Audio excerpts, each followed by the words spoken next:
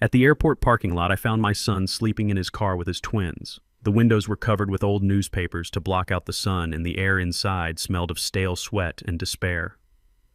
I banged on the glass, and he woke up screaming, shielding his face as if he expected a blow. When he realized it was me, he rolled down the window, tears streaming down a face I barely recognized. I asked him, "Where is the $500,000 I invested in your startup?" He broke down and said my wife and her family took everything and claimed I am mentally unstable. I felt a rage I had not felt since my days in the military. I told him to pack his things because we are fixing this right now. Before I tell you how I brought down an entire empire of lies with a single hard drive, let me know which city you are tuning in from in the comments below. My name is Dwight Robinson. I am 68 years old, and I spent 30 years as a chief systems engineer for the Department of Defense. I built firewalls that foreign governments could not breach. I raised my son Damon with that same discipline. I taught him that in this world, especially as a black man in America, your intellect is your only shield, and your dignity is your only weapon. I thought I had prepared him for everything. I was wrong. I prepared him for enemies who attack from the front, not for the ones who sleep in your bed and smile at you across the dinner table. My flight landed at JFK 3 hours ago. It was a humid Tuesday afternoon, the kind where the heat radiates off the asphalt and makes the air shimmer.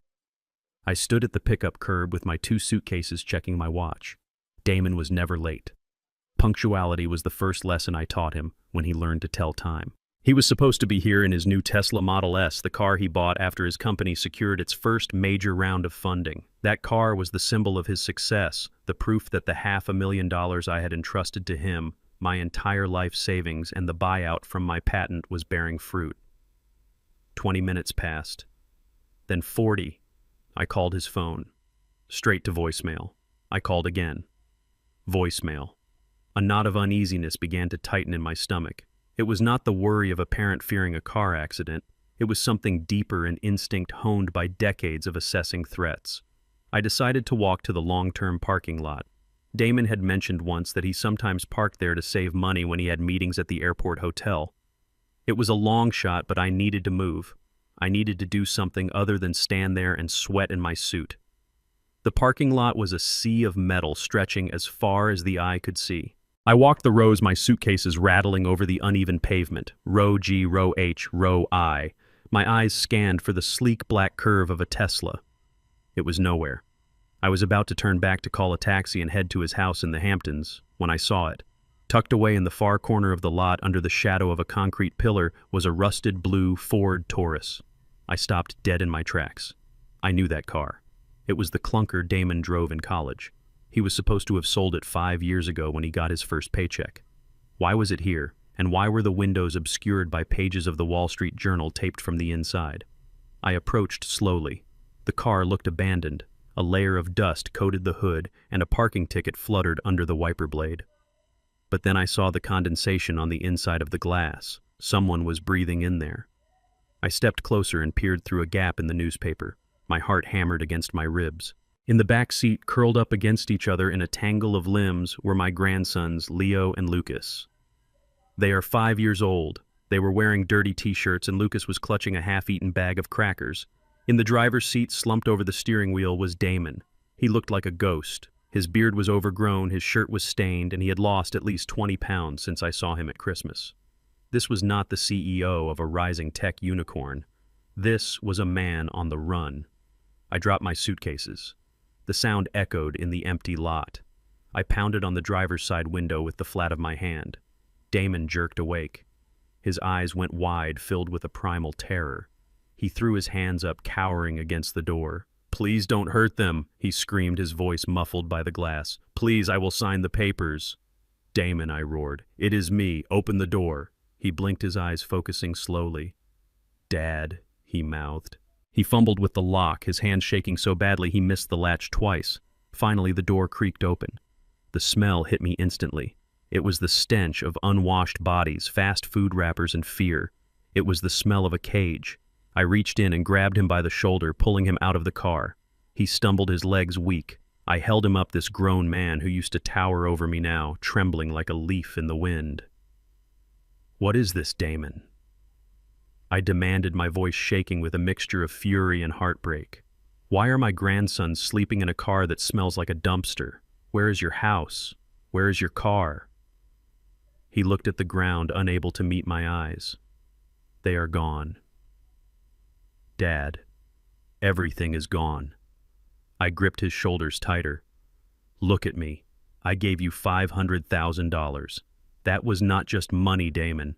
That was my blood. That was the patent money from the encryption algorithm I wrote in '95. Where is it, Mackenzie? He whispered. The name hung in the humid air like a curse. Mackenzie and her parents. They triggered the mental health clause in the partnership agreement. I stared at him. What are you talking about? They have been drugging me, Dad? He sobbed, the dam finally breaking. For months. I thought I was losing my mind. I would black out during meetings. I would wake up screaming. I went to the doctor. She recommended a friend of her father, Sterling. He diagnosed me with severe bipolar disorder and paranoia. He took a ragged breath, wiping his nose with the back of his hand. Yesterday morning, I came to the office and the security codes were changed. Sterling met me at the door with 2 security guards. He showed me the papers. Because of my medical diagnosis, I was deemed unfit to lead. They invoked the emergency power of attorney I signed when we got married. They transferred all the assets, the intellectual property, the bank accounts, everything to a holding company owned by the Whitmore family. And the house, I asked, my voice dangerously low. Restraining order, he said. Mackenzie filed it yesterday. She said I was a danger to her and the kids. She kicked me out. She froze the joint accounts. I managed to grab the boys from school before she got there, but we have nowhere to go. She reported the Tesla stolen, so I had to ditch it and dig this piece of junk out of storage.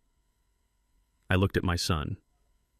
I looked at the brilliant engineer who graduated top of his class from MIT, now reduced to a fugitive in his own life by a family of vultures who saw him only as a cash cow to be slaughtered.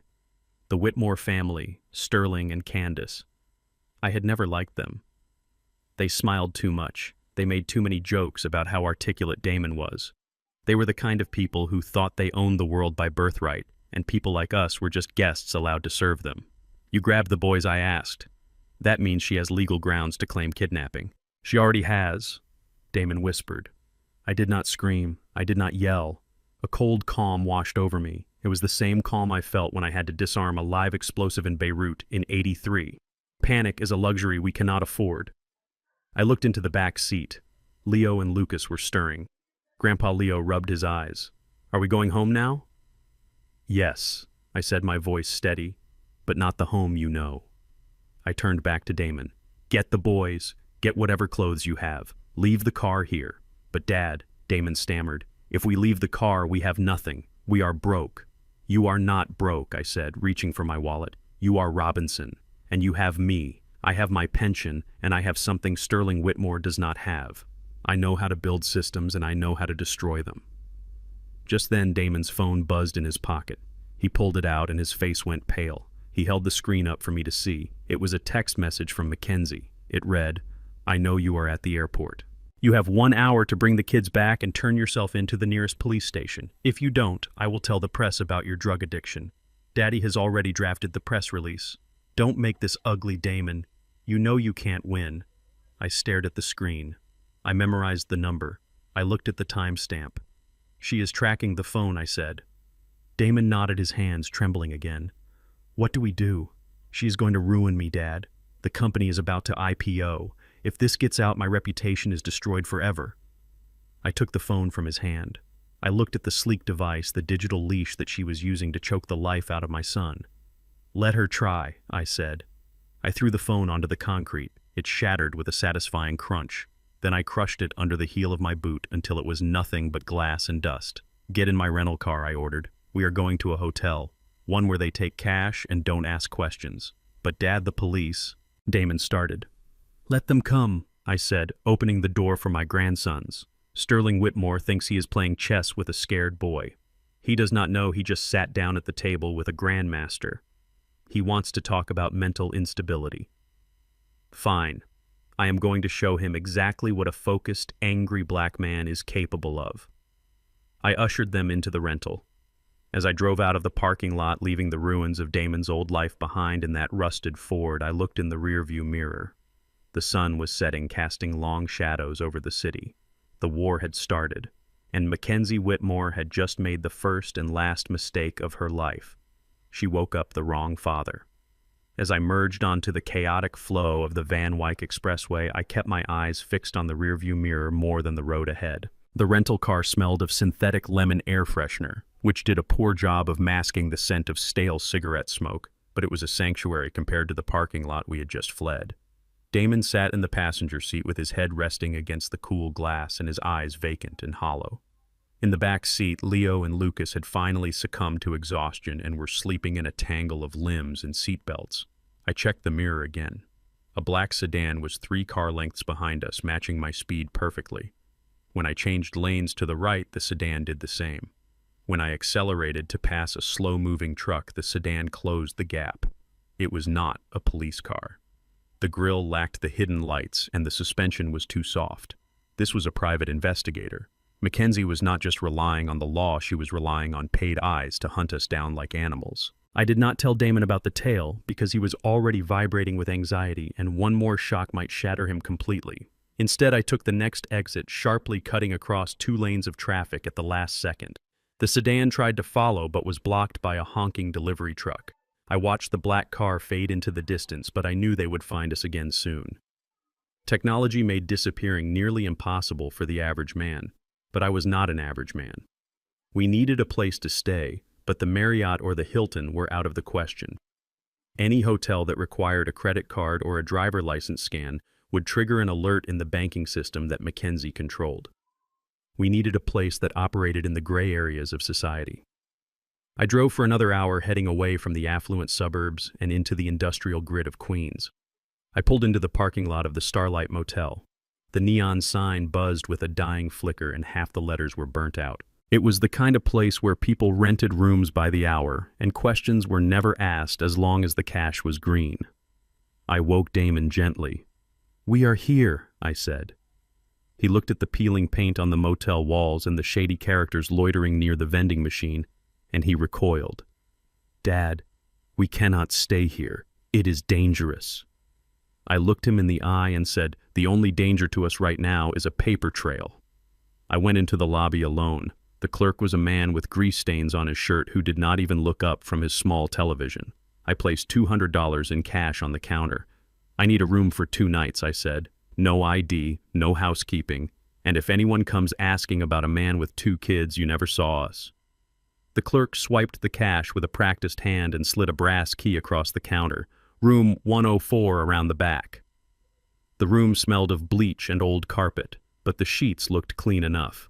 I ushered the boys inside and locked the door, engaging both the deadbolt and the chain. I then took a wooden chair from the small table and wedged it under the doorknob. Damon watched me with wide eyes. "Dad, is that necessary?" he asked. I pulled the curtains shut and pinned them together with a clip I had in my pocket, ensuring not a sliver of light could escape. "Paranoia is just a heightened state of awareness," I told him. I ordered pizza using a burner phone I had purchased at a gas station on the way. We ate in silence. The boys thought it was a camping adventure, but Damon could barely swallow. Every siren that wailed in the distance made him jump. We arranged the pillows so the boys could sleep in the single queen bed. Damon took the floor with a blanket, and I sat in the armchair facing the door. I did not sleep. I watched the shadows stretch across the room as the hours ticked by. My mind was racing, formulating a strategy. We needed a lawyer, but not just any lawyer. We needed a shark who was not afraid of the Whitmore money. I was mentally listing my old contacts when the silence was shattered. It was 3 in the morning when the pounding started. It was not a polite knock. It was a heavy, authoritative hammering that shook the doorframe. "Police, open up." The shout was muffled by the heavy wood, but the authority in the voice was unmistakable. Damon scrambled up from the floor, his face drained of blood. "They found us," he whispered, his voice cracking. "Oh God, Dad, they found us. I am going to jail." He started to move toward the door, his hands raised in surrender. I stood up and blocked his path. "Sit down," I ordered him in a low growl. "But Dad, they are the police." Damon cried, tears springing to his eyes. "If we resist, it will be worse. Mackenzie said she would ruin me. She did it. It is over." I grabbed him by the shirt collar and shoved him gently back toward the corner of the room away from the door. Nothing is over until I say it is over. Stay with the boys. Keep them calm. The pounding came again, louder this time. Open the door or we will kick it in. I smoothed my jacket, checked my posture, and removed the chair from under the doorknob. I undid the chain and unlocked the deadbolt. I opened the door just enough to fill the frame with my body. 2 uniformed officers stood there, bathed in the harsh yellow light of the hallway. One had his hand on his holster. Behind them I saw the motel clerk looking terrified. "Sir, we received a credible tip regarding a kidnapping in progress," the lead officer said. He was young, perhaps 30 years old, and he looked eager to be a hero. "We have information that a Damon Robinson is holding 2 minors against their will at this location. Step aside." I did not move an inch. I did not raise my voice. I stared at the officer with the cold, detached gaze I had perfected during 20 years of briefing generals. "There is no kidnapping here, officer," I said calmly. "My son is sleeping on the floor and my grandsons are in bed. This is a family dispute, not a crime scene." The officer tried to look past me. "We need to verify the welfare of the children, and we have a report that Mr. Robinson is mentally unstable and dangerous. We have orders to detain him for psychiatric evaluation." Damon let out a small whimper from the corner of the room. The officer heard it and pushed forward. "Sir, move now, or you will be arrested for obstruction of justice." I reached into my inner jacket pocket. The second officer flinched and drew his taser. I moved slowly, deliberately, withdrawing a leather wallet. I flipped it open, revealing not a driver license, but a Department of Defense identification card with a gold chip and a holographic seal. I also pulled out a small laminated card that listed my rank and security clearance level. "Officer," I said, my voice dropping an octave so he had to lean in to hear me. "My name is Dwight Robinson. I am a retired senior engineer for National Defense Systems. The man inside is my son. The children are my grandsons. Unless you have a warrant signed by a judge specifically naming this address and this room, you are not crossing this threshold." The young officer hesitated. He looked at the ID, then back at me. "We do not need a warrant for exigent circumstances involving child safety," he argued, but his confidence was wavering. "There is no exigent circumstance," I countered firmly. "The children are asleep. You are acting on a false report filed by a vindictive spouse who is currently under investigation for corporate fraud. If you enter this room without a warrant, you will be violating the Fourth Amendment, and I will personally ensure that your captain and the city attorney spend the next 6 months burying you in paperwork and civil rights lawsuits. Do you want to ruin your career tonight because a rich woman made a phone call?" The hallway went silent. The only sound was the humming of the vending machine down the hall. The officer looked at his partner, who gave a slight shake of his head. They were used to dealing with drunks and criminals, not articulate men who knew the law better than they did. "We need to see the kids just to confirm they are breathing," the officer said, his tone softening significantly. I stepped aside 6 inches, allowing him a narrow view of the bed where Leo and Lucas were sleeping peacefully. He looked for a moment, then nodded. "Okay," the officer said, stepping back. "We will report that the subjects were located and appear safe. But sir, be advised, if a judge signs that warrant, we will be back. And next time we will not be asking politely." "I understand," I said. "Good night, officers." I closed the door and locked it. My legs felt heavy, but I did not let it show. I turned around. Damon was looking at me with awe and confusion. He had never seen this side of me. He only knew the dad who grilled burgers on Sundays, not the man who could stare down armed police. "Pack everything," I said, grabbing my suitcase. "We leave in 10 minutes. "But they just left," Damon said. "They are going to their car to call for instructions," I said. "When they tell Mackenzie where we are, she will not send the police next time. She will send something much worse. We have to move. Now." As we gathered our things, I looked out the window through a crack in the curtains. The police cruiser was still in the parking lot, and the officer was on the radio. I knew we had won the battle, but the war had just escalated. We were not just running from a bad marriage anymore. We were running from a system that was designed to believe the lie as long as it was told by the right people. I looked at my grandsons sleeping so innocently, and I made a silent vow. I would burn that system to the ground if that is what it took to save them. "Let us go," I whispered, and we slipped out into the night again. Vanishing before the sirens could return, the iron gates of the Whitmore estate towered over me like the entrance to a fortress built on blood money. I parked my rental car on the shoulder of the road because I knew they would not open the gates for a vehicle registered to a nobody. I smoothed my jacket, checked the knot of my tie in the side mirror, and walked up the long driveway. The sun was beating down on the back of my neck, a reminder that I was walking into the lion's den with nothing but my wits. I reached the security booth. Inside sat a man I recognized instantly. It was Miller. 5 years ago, I had written a recommendation letter for him when he applied for a private security license. Back then, he called me sir and thanked me for my service to the country. Miller looked up from his monitors. His eyes widened for a fraction of a second, registering recognition, but then a mask of indifference slid over his face. He stepped out of the booth, his hand resting casually on his taser. "State your business," he said, his voice flat. I looked him in the eye and said, "I am here to collect the personal effects of my grandsons and my son. Tell Sterling I am not leaving until I get them." Miller did not blink. He told me to turn around and place my hands on the hood of his patrol car. I felt a surge of heat rise in my chest. I asked him if this was necessary. He replied that protocol is protocol for all unidentified visitors. I turned around and placed my hands on the hot metal. I let this man who once asked me for career advice pat me down like a common criminal. He checked my pockets, my ankles, and my waist. He took my phone and my wallet, inspecting them as if they were contraband. He was not looking for weapons. He was looking for recording devices. He was stripping away my dignity layer by layer, hoping I would break, scream, or give him a reason to use that taser. I did not give him the satisfaction. I stood as still as a statue. When he finished, he tossed my wallet back to me. He pressed a button on his remote, and the heavy gates groaned open. He told me to walk and that Mr. Whitmore was expecting me on the front lawn. I walked past him without a word, but I noted the shame in his eyes. He was just a pawn, and I do not waste energy on pawns. The driveway was a quarter-mile of crushed white stone that crunched loudly under my shoes. It was designed to make anyone approaching on foot feel small and exposed. At the top of the hill stood the mansion, a sprawling colonial monstrosity with white pillars and manicured hedges. Standing on the porch, holding a glass of amber liquid that caught the afternoon light, was Sterling Whitmore. He was wearing a linen suit that probably cost more than my car. He watched me walk the entire distance, sipping his drink, enjoying the sight of Dwight Robinson, the retired engineer, sweating as he climbed the hill to beg for scraps. When I reached the bottom of the porch steps, I stopped. I was breathing hard, but I kept my posture erect. Sterling did not offer me water. He did not offer me a seat. He swirled the ice in his glass and smiled that tight, superior smile that never reached his eyes. He said, "Dwight, you look tired. You should not be walking around in this heat at your age." I ignored his feigned concern. I told him I wanted the boys' clothes, their toys, and Damon's personal computer. Sterling laughed softly, a dry sound like dead leaves scraping together. He took a sip of his bourbon and walked down one step, closing the distance between us but keeping the high ground.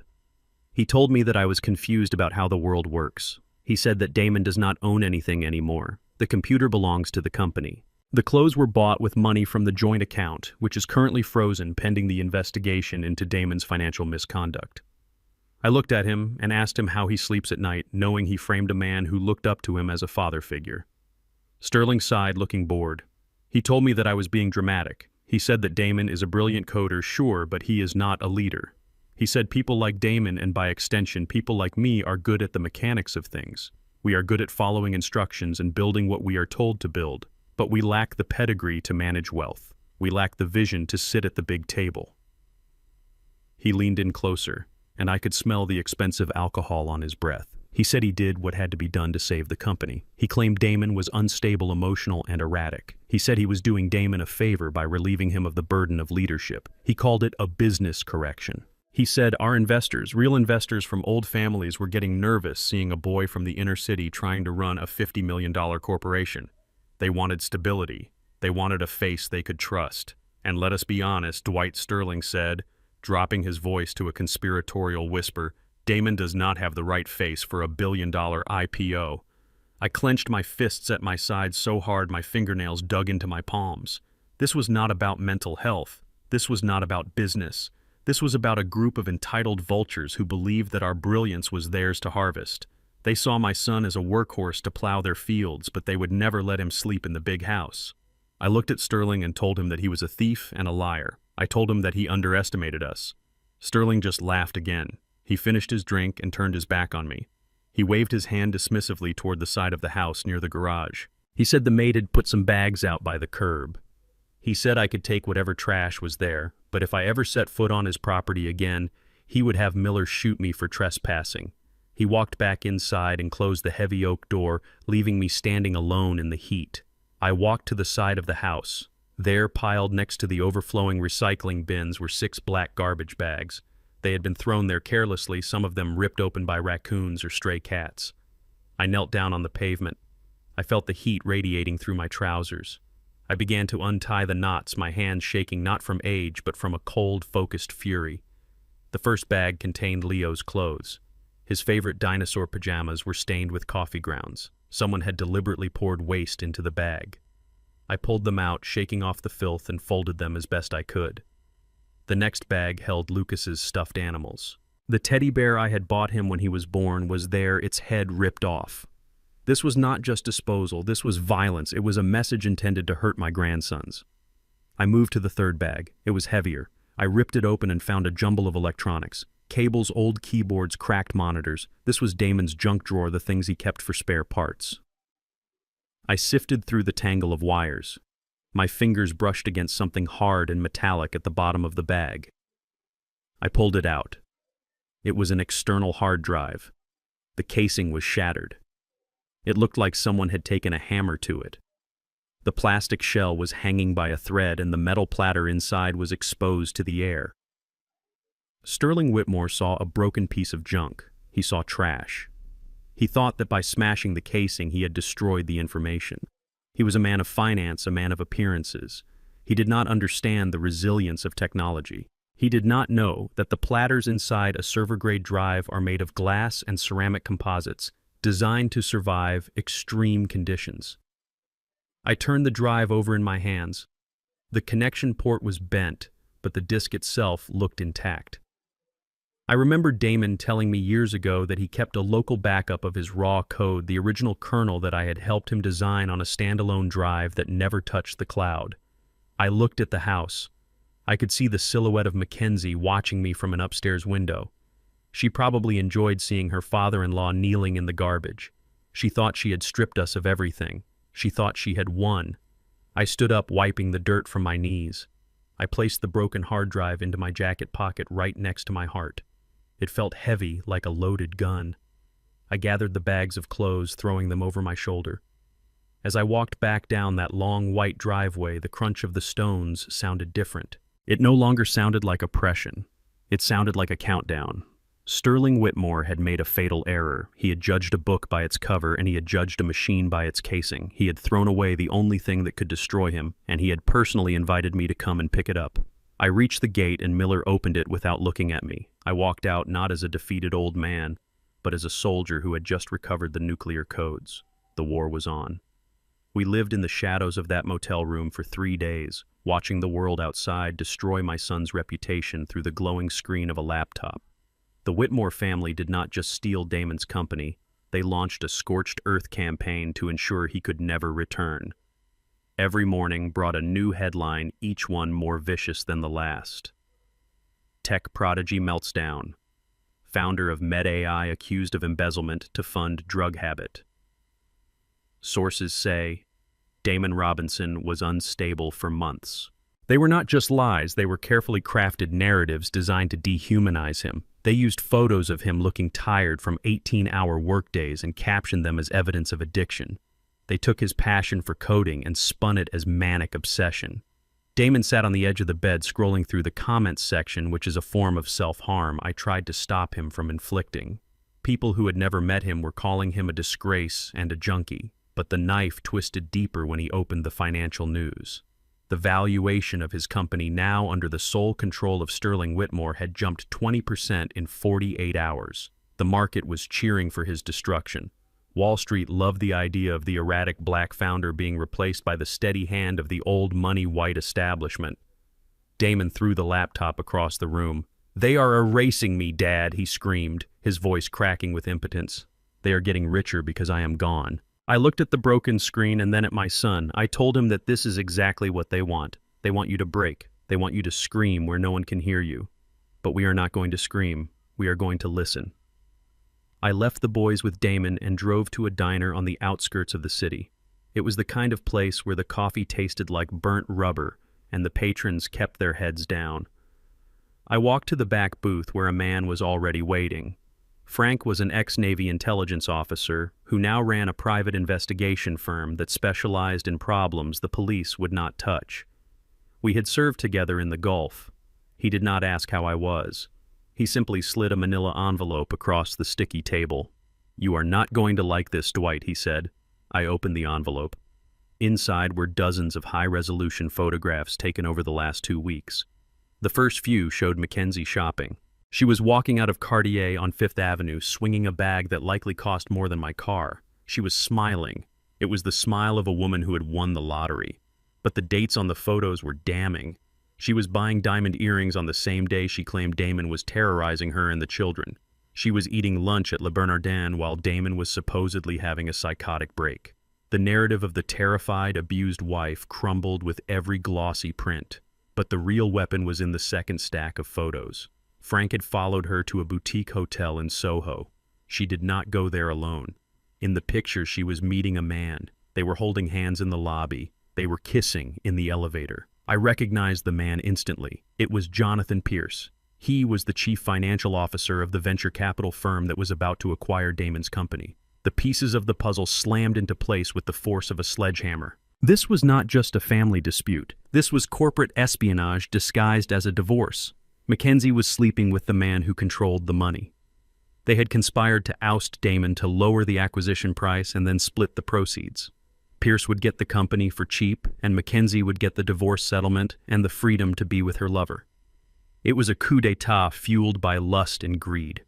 I felt a cold anger settle in my gut. They had destroyed my son's life for a weekend in Soho and a seat on the board. Frank watched me carefully. "Do you want me to leak these to the press?" he asked. I shook my head. "Not yet," I said, closing the envelope. "Information is ammunition, Frank. You do not fire until you can see the whites of their eyes." I returned to the motel room with the envelope tucked under my arm. Damon was pacing the small room, the walls closing in on him. When I showed him the photos, I expected him to cry. I expected him to collapse. I did not expect the rage. He looked at the picture of his wife kissing Pierce, and something inside him snapped. A guttural sound tore from his throat, a noise that was half animal and half machine. He grabbed his car keys from the dresser. "I am going to kill him," he roared. "I am going to go to his house and I am going to beat him to death." He lunged for the door. He was 32 years old, and in his prime but blind rage makes a man clumsy. I stepped in front of him, blocking the exit. "Move, Dad!" he shouted, his eyes wild and bloodshot. "Get out of my way!" "No," I said, standing firm. He tried to push past me. He shoved me hard enough that I stumbled back against the doorframe. I grabbed his wrist and used his own momentum to spin him around, pinning him against the wall. It was a move I had not used in 20 years, but muscle memory is a faithful servant. "Let me go!" he screamed, struggling against my grip. "They took my company. They took my wife. They took my life. I have to do something." "You are going to do nothing," I yelled back, my face inches from his. "If you go there now, you give them exactly what they want. You prove them right. You become the violent, unstable man they told the world you are. You will end up in prison, and your sons will be raised by that woman and that man. Is that what you want?" Damon stopped struggling. He slumped against the wall, his chest heaving. He slid down to the floor, burying his face in his hands. "But it hurts, Dad," he sobbed. "It hurts so much. I want them to pay." "They will pay," I said, releasing him and kneeling down to his level. "But they will pay on our terms. Listen to me, son. Anger is a potent fuel, but it is a terrible driver. Holding on to this rage and acting on it now is like drinking poison and expecting the other person to die. You have to spit the poison out. We are not going to beat them with fists. We are going to beat them with the truth. And we are going to wait until they are so drunk on their own victory that they never see the blade coming." I pulled him into a hug, holding him as he wept the bitter tears of a man who has lost his innocence. I looked over his shoulder at the sleeping boys. We were in a cold war now. And in a cold war, the winner is not the one who strikes first, but the one who strikes last. We would wait, we would watch, and when the time was right, we would bring their entire world crashing down. The grand ballroom of the Plaza Hotel smelled of white lilies and old money. It was the annual gala for the Children's Hope Foundation, a charity that the Whitmore family used to launder their reputation. I stood at the entrance wearing my charcoal suit that I had bought for a funeral 10 years ago. It was slightly too loose around the shoulders now, and the fabric had lost its sheen.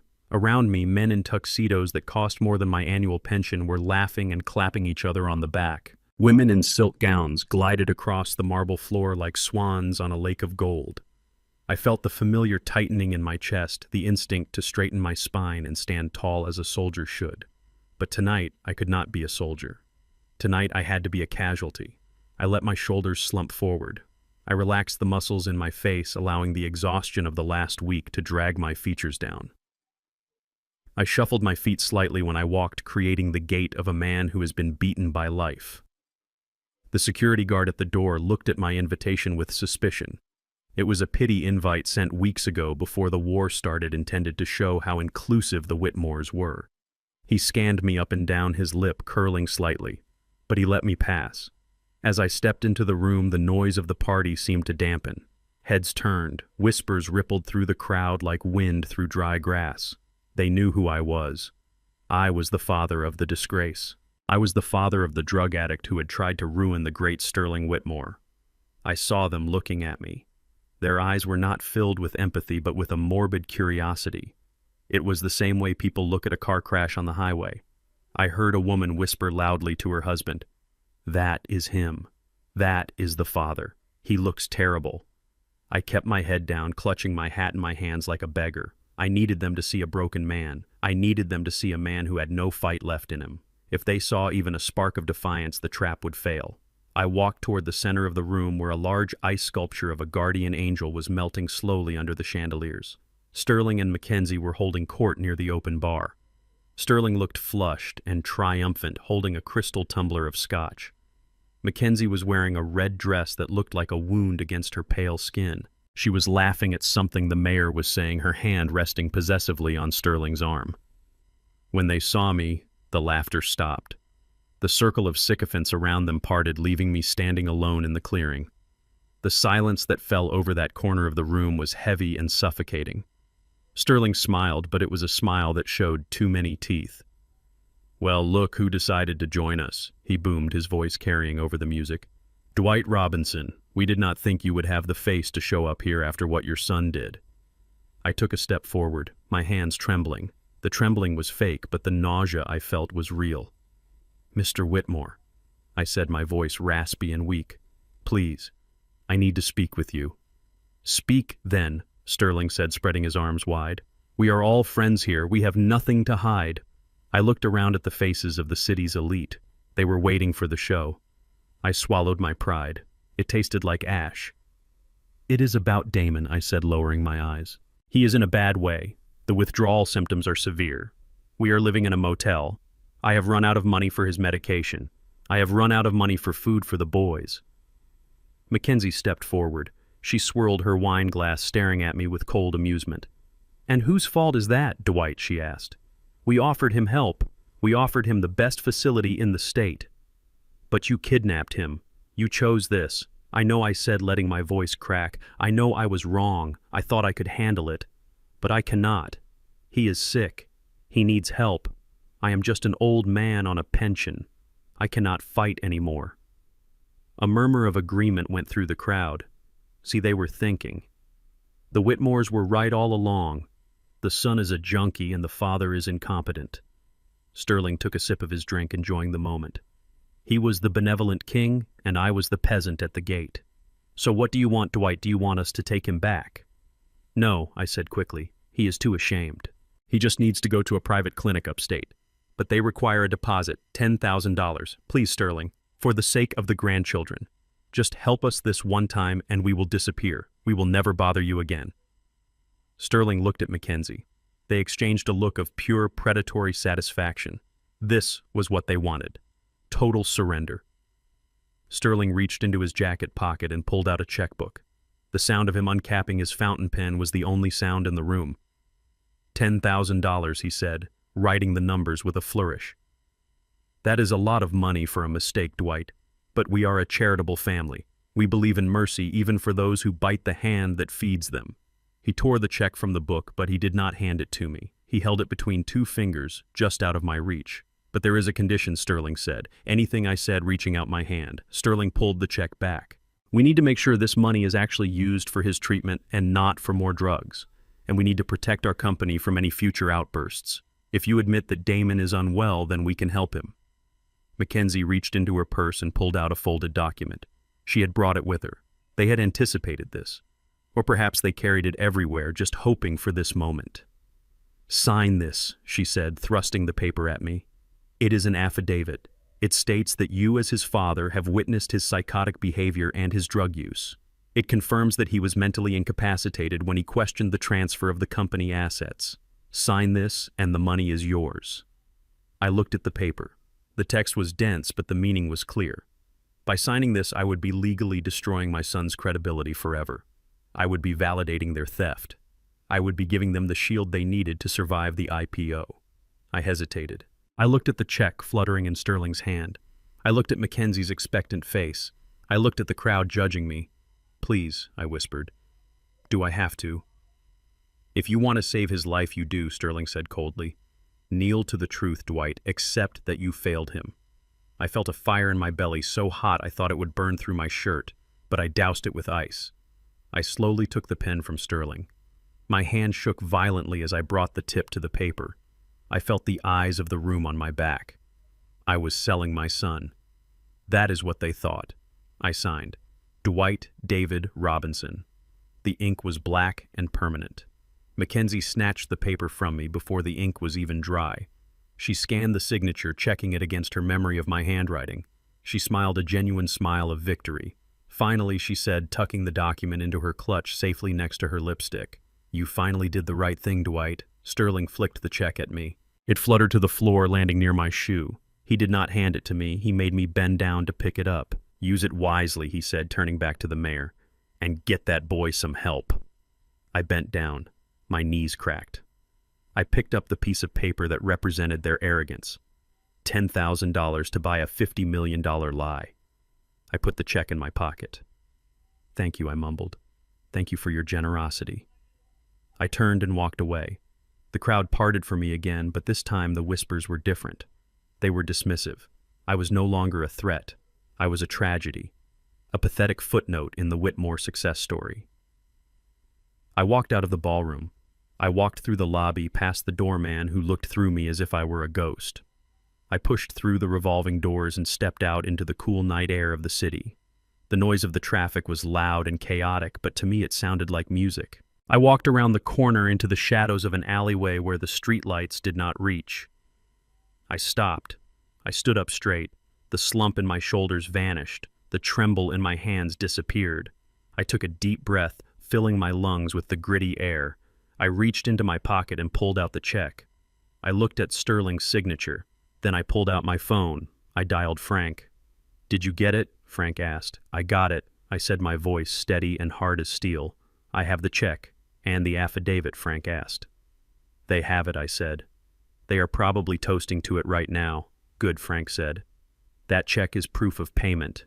It is a bribe. Linked with the date on the affidavit, it proves they coerced a witness. And since they used funds from the company account to write a personal check to silence a whistleblower, they just committed felony embezzlement and witness tampering. I know, I said. I looked up at the Plaza Hotel at the windows glowing with golden light where the vultures were celebrating their feast. They thought they had broken me. They thought they had bought my silence. They did not understand that I had just sold them a rope and they had tied the noose around their own necks. Go home, Frank, I said. Get the files ready. Tonight we sleep. Tomorrow we tighten the knot. I put the phone away and walked down the street. I did not shuffle. I marched. The check in my pocket felt heavy, but not with shame. It was the weight of justice, and it was coming for them faster than they could ever imagine. The bathroom of the Starlight Motel had become our command center. I had turned on the shower hot water to full blast, letting the room fill with steam for 20 minutes to settle the dust particles in the air. We could not afford a professional clean room, so this crude method had to suffice. I sat on the closed toilet lid with a surgical mask covering my face and a set of jeweler screwdrivers lined up on the sink. The hard drive I had salvaged from the garbage pile at the Whitmore estate sat on a towel. It looked like a casualty of war. The casing was cracked and the interface pins were bent, but the weight of it felt promising. Damon stood in the doorway watching me with the intensity of a bomb disposal unit. He held a flashlight steady, illuminating the exposed platters as I carefully unscrewed the retention bracket. One slip of my hand, and the read-write head would scratch the magnetic surface, destroying the only evidence we had left. I worked in silence.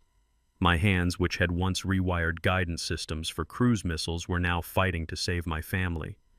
The only sound was the dripping of the faucet and the shallow breathing of my son. I removed the damaged actuator arm. It was bent at a 45-degree angle, proof of the violence Sterling had inflicted on it. I replaced it with a donor arm from an old laptop drive I had bought at a pawn shop that morning. It was a Frankenstein surgery.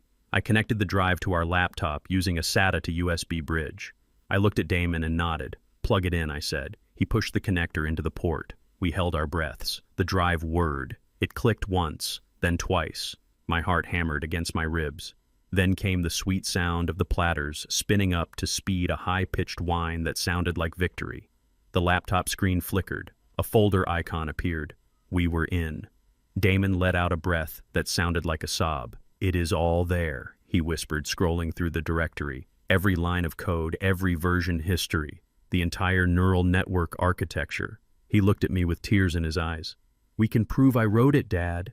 We can prove the intellectual property belongs to me and not the holding company." I looked at the screen, watching the lines of code cascade like green rain. I reached out and stopped his hand. "No, Damon," I said. "We are not going to prove you wrote it. We are going to prove I did." Damon looked at me confused. "What are you talking about, Dad? I wrote this. You taught me the basics, but this architecture is mine." I shook my head slowly. "Open the kernel file," I ordered. "Go to line 001. He hesitated, but did as I asked. The screen showed a block of hexadecimal code that looked like gibberish to the untrained eye. "Decrypt it," I said, using the RSA key I gave you for your first email account. Damon's fingers flew across the keyboard. The gibberish dissolved and a plain text message appeared embedded in the very foundation of the software. It read, "Property of Dwight D. Robinson, Department of Defense Project Black Box, dated 1998. Damon stared at the screen, his mouth open. "I do not understand," he said. I leaned back against the cool porcelain of the sink. "The core algorithm you use, the one that allows the AI to learn from medical data without breaching privacy protocols, is based on a project I shut down 20 years ago," I explained. "I gave you the framework when you started your company because I knew it would work for healthcare, but I never legally transferred the patent to you. Legally, that code is classified government technology that I retain the rights to for civilian adaptation." The implications hit Damon like a physical blow. That means he stammered. "That means Mackenzie did not just steal my company," I said, finishing his thought. "She stole federal property licensed to me. This is no longer a civil dispute about marital assets. This is theft of intellectual property belonging to a third party. And that third party is me. I own the foundation of their entire empire, and I can pull the rug out from under them whenever I choose." We were celebrating in silence, savoring the shift in power, when a scream from the other room shattered the moment. It was a high, piercing shriek of terror. We rushed into the bedroom. Leo was thrashing on the bed, his small body arching in a seizure. His eyes rolled back in his head and foam gathered at the corners of his mouth. Lucas was crying, huddled in the corner. I touched Leo's forehead. He was burning up. It was a febrile seizure caused by a spike in temperature. We had been so focused on the code we had missed the signs of the flu that had been festering in the damp motel air. "We have to go to the hospital," Damon yelled, scooping his son up in his arms. I grabbed the keys, but then I froze. "If we go to the hospital, they will run his name," I said. "Mackenzie has flagged their social security numbers. As soon as we check in, the system will alert the police and her lawyers. They will say we are neglecting them. They will take them away." Damon looked at his convulsing child and then at me. His face was a mask of pure agony. "I do not care," he screamed, running out the door. "Let them arrest me. I am not letting my son die." I ran after him. We sped through the red lights, the tires of the rental car screeching. Leo had stopped seizing, but he was limp and shallow breathing. I sat in the back seat, cooling him with a wet towel, whispering to him to stay with us. When we pulled up to the emergency room entrance of Queens General, I made a decision. "Keep the car running," I told Damon. "Cover your face with your hoodie. I will take him in. I carried my grandson into the bright fluorescent lights of the ER.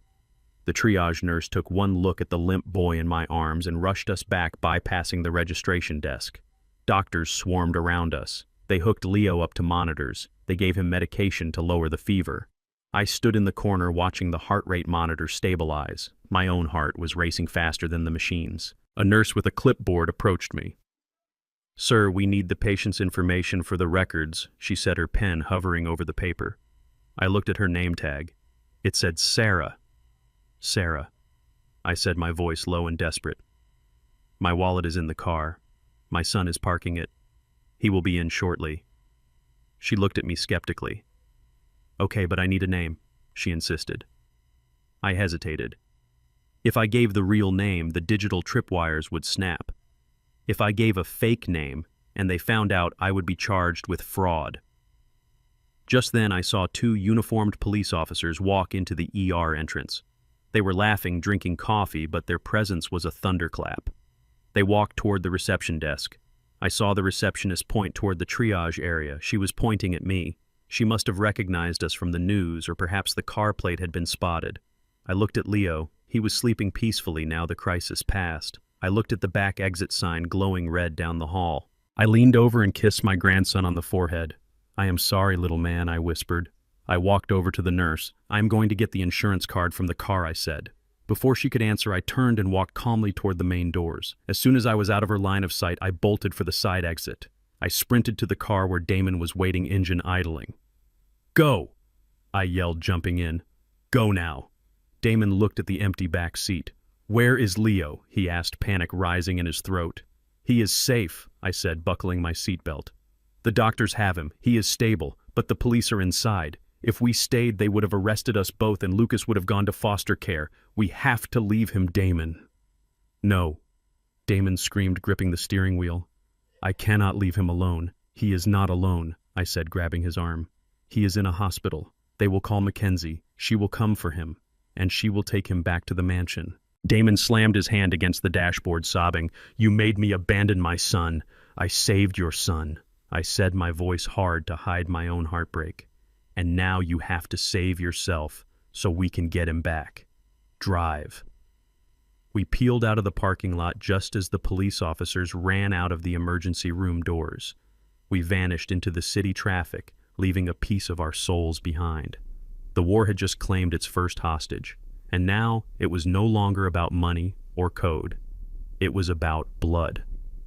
The courtroom smelled of floor wax and old lies. It was a windowless box designed to strip away hope and replace it with procedure. I sat in the back row wearing my same charcoal suit while Damon sat at the defendant table alone. His shoulders were hunched forward as if he were trying to make himself smaller to disappear into the wood grain.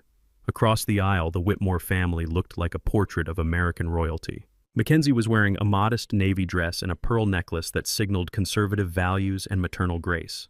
Sterling sat beside her, whispering into the ear of their lawyer, a man named Blackwood, who was known for destroying lives with a smile. Judge Holloway entered the room with a swirl of black robes. He was a man who played golf at the same club where Sterling held a platinum membership. I had seen them shaking hands in the hallway before the session began. I knew then that the scales of justice were not just blind, they were tipped. Blackwood stood up to present his opening argument. He did not shout. He did not pace. He spoke with the quiet confidence of a man who already knows the verdict. He painted a picture of Damon that was unrecognizable. He described a man consumed by paranoia, addicted to narcotics, and prone to violent outbursts. He spoke of the incident at the hospital of Damon fleeing with a sick child, of endangering the life of a minor. Then came the kill shot. Blackwood walked to the evidence table and picked up a single sheet of paper. "Your Honor," he said, his voice smooth as silk. "The defense claims that Mr. Robinson is a loving father who is being unfairly targeted. But we have a sworn affidavit here from the person who knows him best. His own father, Mr. Dwight Robinson." I watched Damon's back stiffen. He turned slowly in his chair. His eyes met mine across the room. There was no anger in them, only a profound, shattering sadness. He looked at me the way a man looks at the sky when his house is burning down. He did not know. I had not told him about the strategy because I needed his reaction to be genuine. If he had known it was a trap, he would have looked guilty. But now, looking at his heartbreak, I felt a physical pain in my chest that was sharper than any bullet I had ever taken. Blackwood read the document aloud. I, Dwight Robinson, hereby attest that my son Damon Robinson has exhibited signs of mental instability and drug dependency. I accept the financial assistance of the Whitmore family to secure his treatment. Every word was a nail in Damon's coffin. The courtroom was silent. Even the court reporter seemed to pause. Damon turned back to the front. He put his head in his hands. He had given up. He believed he was alone in the world. Mackenzie dabbed at her dry eyes with the tissue, looking every bit the suffering wife who had tried everything to save her husband. Judge Holloway looked over his spectacles at Damon. Mr. Robinson, he said, his voice dripping with condescension, in light of this evidence and the testimony of your own father, I see no reason to prolong these proceedings. The court must prioritize the safety of the children. It is clear that you are currently unfit to provide a stable environment. The air in the room became heavy and thick. It felt like we were underwater. The judge began to shuffle his papers, preparing to deliver the final blow. He was going to grant full permanent custody to Mackenzie. He was going to issue a permanent restraining order. He was going to erase Damon from the lives of his sons. I looked at the clock on the wall. The second hand swept past the 12. It was time. I stood up. My chair scraped loudly against the floor. The sound echoed like a gunshot in the quiet room. Your Honor, I said, my voice booming from the diaphragm just as I used to command troops on the parade deck. I would like to submit a supplement to that affidavit. Judge Holloway looked up annoyed. Sit down, Mr. Robinson, he snapped. You are an observer, not a party to this case. Your statement has already been entered. It has not, Your Honor, I said, stepping into the aisle. That statement was incomplete. It was signed under duress, and it was signed as part of an investigation into the fitness of the mother, not the father. Objection! Blackwood shouted, jumping to his feet. This is highly irregular. The witness is disrupting the court. I walked toward the bench, ignoring the bailiff who was moving to intercept me. I held up a small black flash drive. This evidence speaks to the immediate physical and emotional safety of the minors, Leo and Lucas Robinson, I said, keeping my eyes locked on the judge. If you rule without viewing this, you will be knowingly placing 2 children in the care of an abuser, and I will make sure the appellate court knows that you refuse to look at the evidence. The word abuser hung in the air. Mackenzie gasped audibly. Sterling's face turned a deep shade of purple. The judge hesitated. He looked at the bailiff, then he looked at me. He saw a man who was not afraid of him. He saw a man who knew the law better than he did. Approach the bench.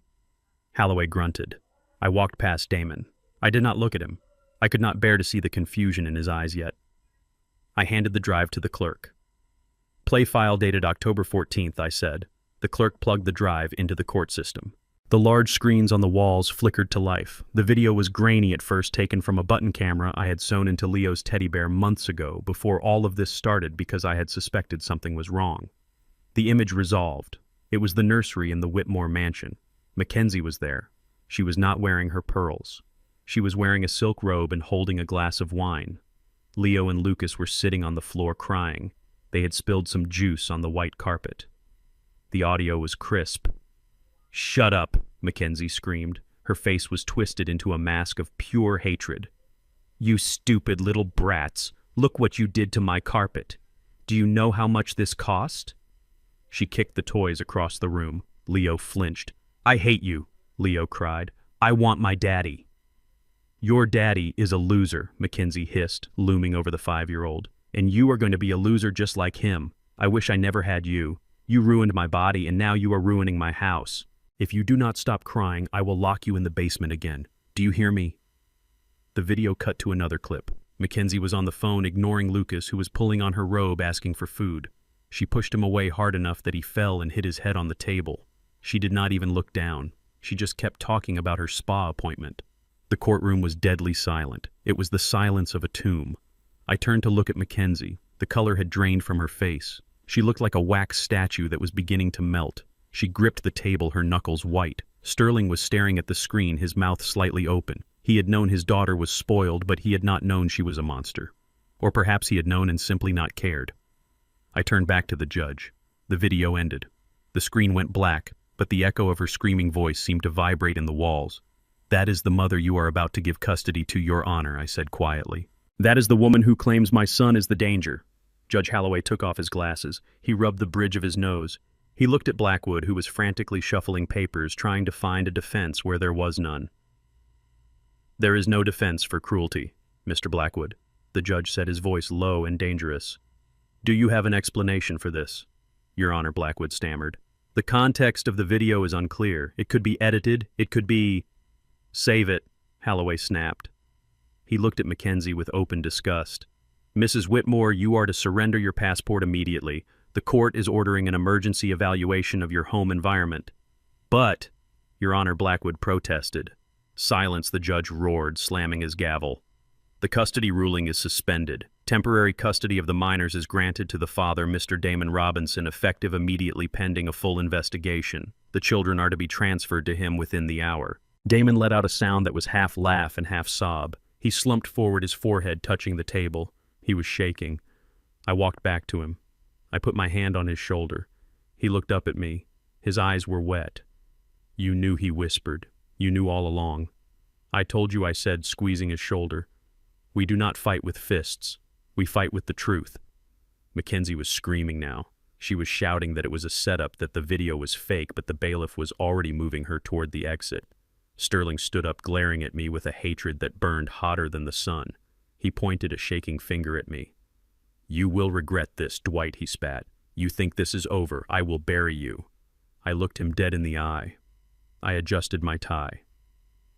"Mr. Whitmore," I said, my voice calm and cold, "bring a shovel. You are going to need it to dig your own grave." I helped Damon stand up. We walked out of the courtroom together. We did not look back. We had won the battle for the boys.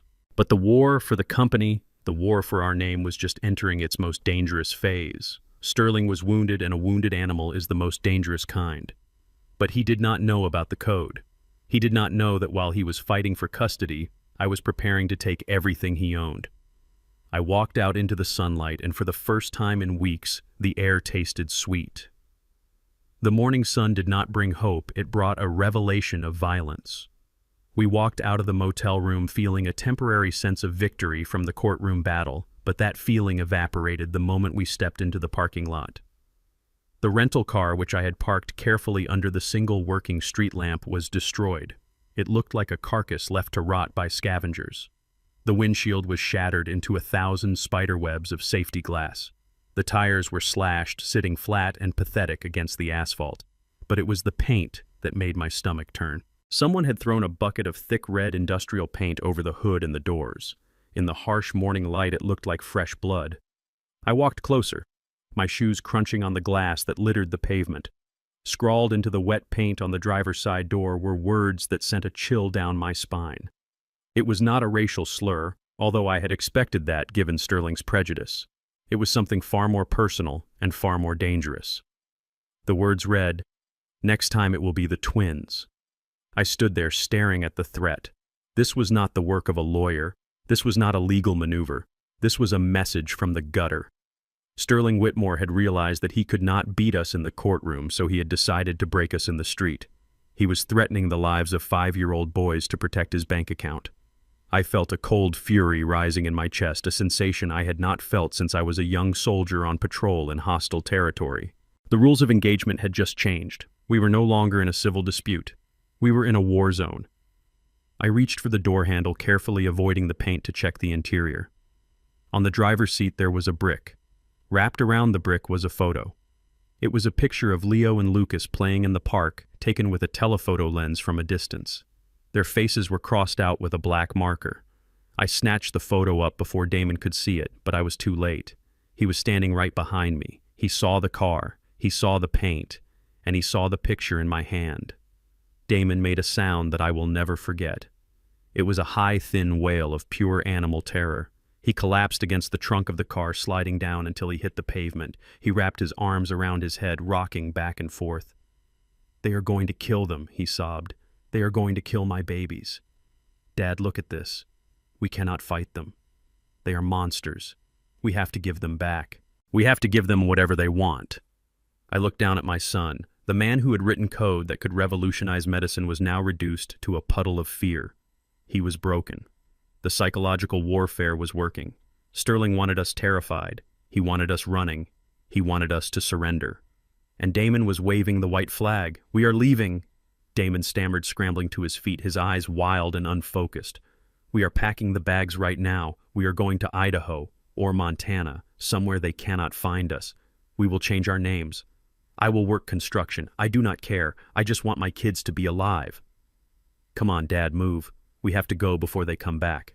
He grabbed my arm, pulling me toward the motel room. His grip was frantic. He was not thinking. He was reacting like a prey animal that smells a predator. He was going to run, and in running, he was going to destroy any chance we had of a future.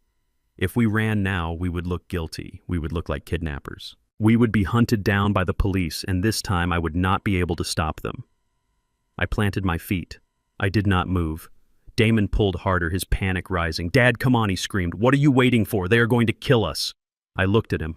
I saw the fear in his eyes, but I also saw the weakness that Mackenzie had exploited for years. She had trained him to be afraid. She had trained him to retreat. I knew that words would not reach him now. He was too far gone in his panic. I needed to shock his system. I needed to reset his brain. I pulled my arm free from his grip. I stepped forward, closing the distance between us. I swung my hand. The slap connected with his cheek with a sound like a pistol shot. It was hard. It was sharp. It was violent. Damon's head snapped to the side. He stumbled back a few steps, his hand flying to his face. The shock silenced his sobbing instantly.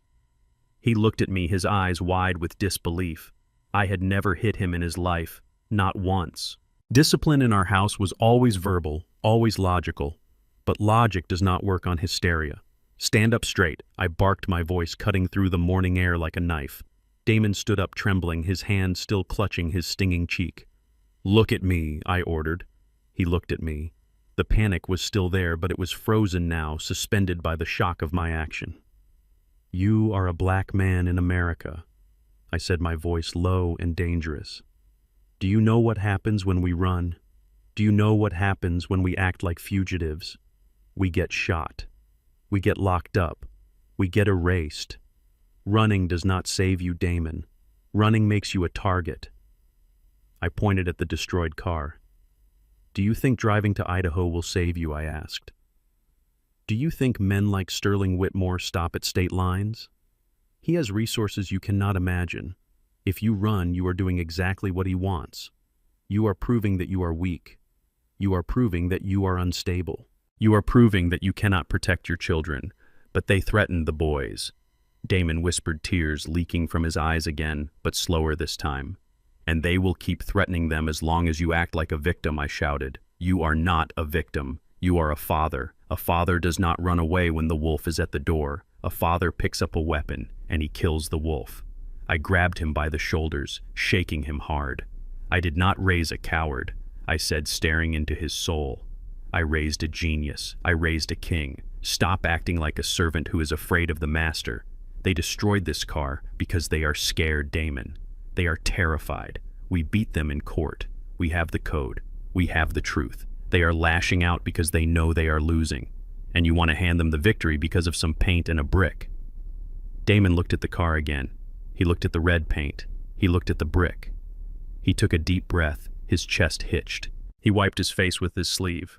The wild look in his eyes began to fade, replaced by a simmering resentment. Not at me, but at them. "You hit me," he said quietly. "I did," I replied unapologetically. "And I will hit you again if you try to run away with my grandsons. I fought too hard to keep you alive and free to watch you throw it all away because you are scared. Fear is a reaction. Courage is a decision. Make a decision, Damon. Are we running or are we fighting?" Damon lowered his hand from his cheek. He looked at the blood-red paint. He clenched his jaw. "We are fighting," he said. "Good," I said. "Then stop crying and start thinking." I turned away from him and looked out at the skyline of the city. The sun was fully up now, burning off the morning mist. The image of the crossed-out faces of my grandsons was burned into my mind. I folded the photo and put it in my pocket.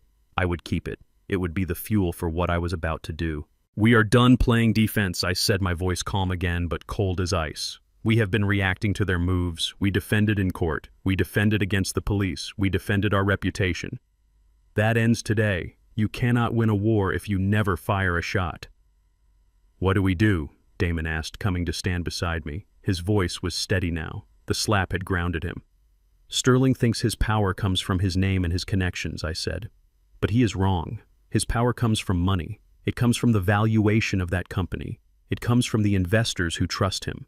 He is about to launch an IPO that will make him a billionaire. That IPO is his lifeline, and it is also his throat. I turned to Damon. We are going to cut it, I said. We are going to go after Jonathan Pierce, the CFO. I continued outlining the plan that was forming in my mind. We are going to expose the rot at the center of their financial empire. We are not just going to get the company back, Damon.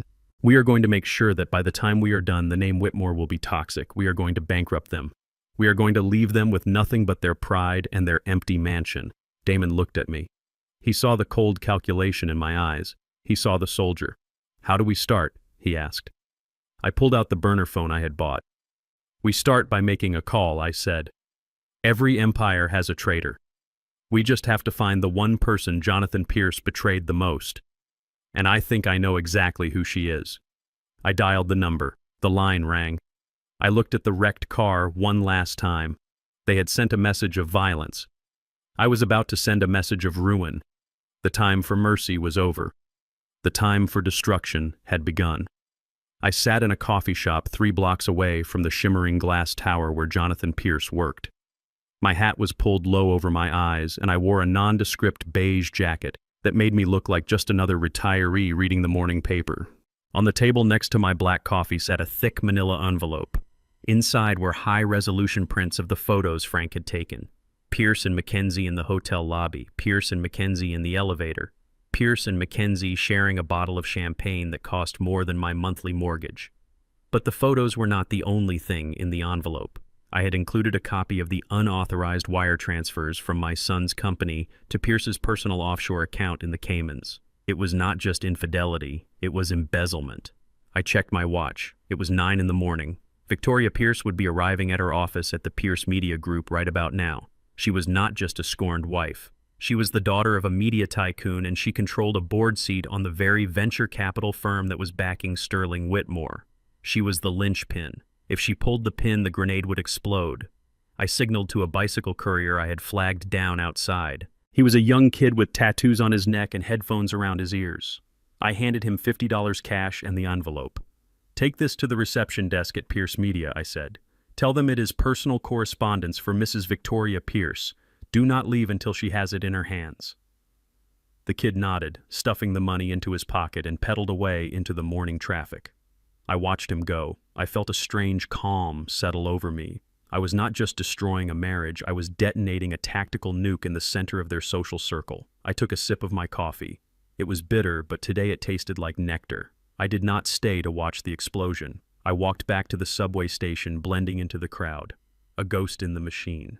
By the time I got back to the motel, the courier would have delivered the package, and by noon, Jonathan Pierce would wish he had never been born. We did not have to wait long. The news broke just after lunch. Damon was pacing the motel room, biting his fingernails down to the quick. He was terrified that our plan would backfire. He thought Sterling was untouchable, but he forgot that in the world of high finance, reputation is the only currency that matters. I turned on the small television on the dresser. The financial news network was running a breaking story. The banner at the bottom of the screen was bright red. CFO of Vantage Capital ousted in scandal.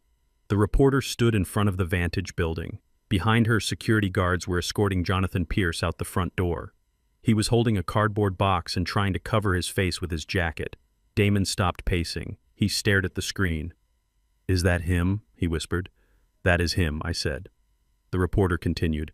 Sources say that Victoria Pierce, a majority shareholder, has filed for immediate divorce and has called for an emergency audit of the firm's holdings, citing irregularities and conflicts of interest. The board has voted to suspend all pending acquisitions immediately, including the highly anticipated IPO of MedAI Systems. Damon sat down on the bed, his legs giving out. "They suspended the IPO," he said, his voice full of awe. I nodded.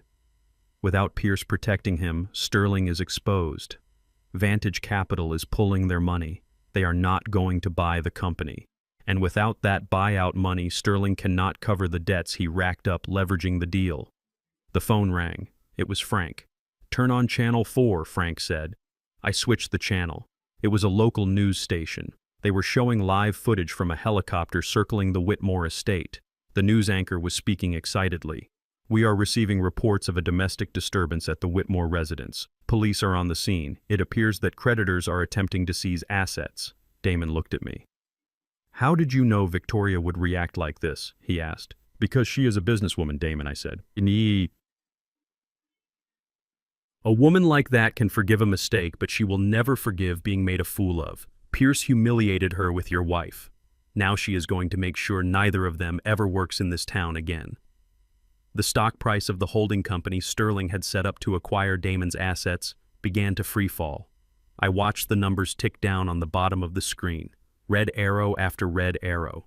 It was a bloodbath. Every tick down was $1 million vanishing from Sterling's net worth. The dominoes were falling exactly as I had lined them up, but I knew Sterling. He was arrogant and he was desperate. And a desperate man does not surrender. He doubles down. The sun set on a day of chaos, but the night brought a new danger.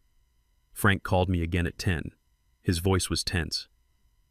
"Dwight, we have a problem," he said. "I have a tap on Sterling's encrypted line.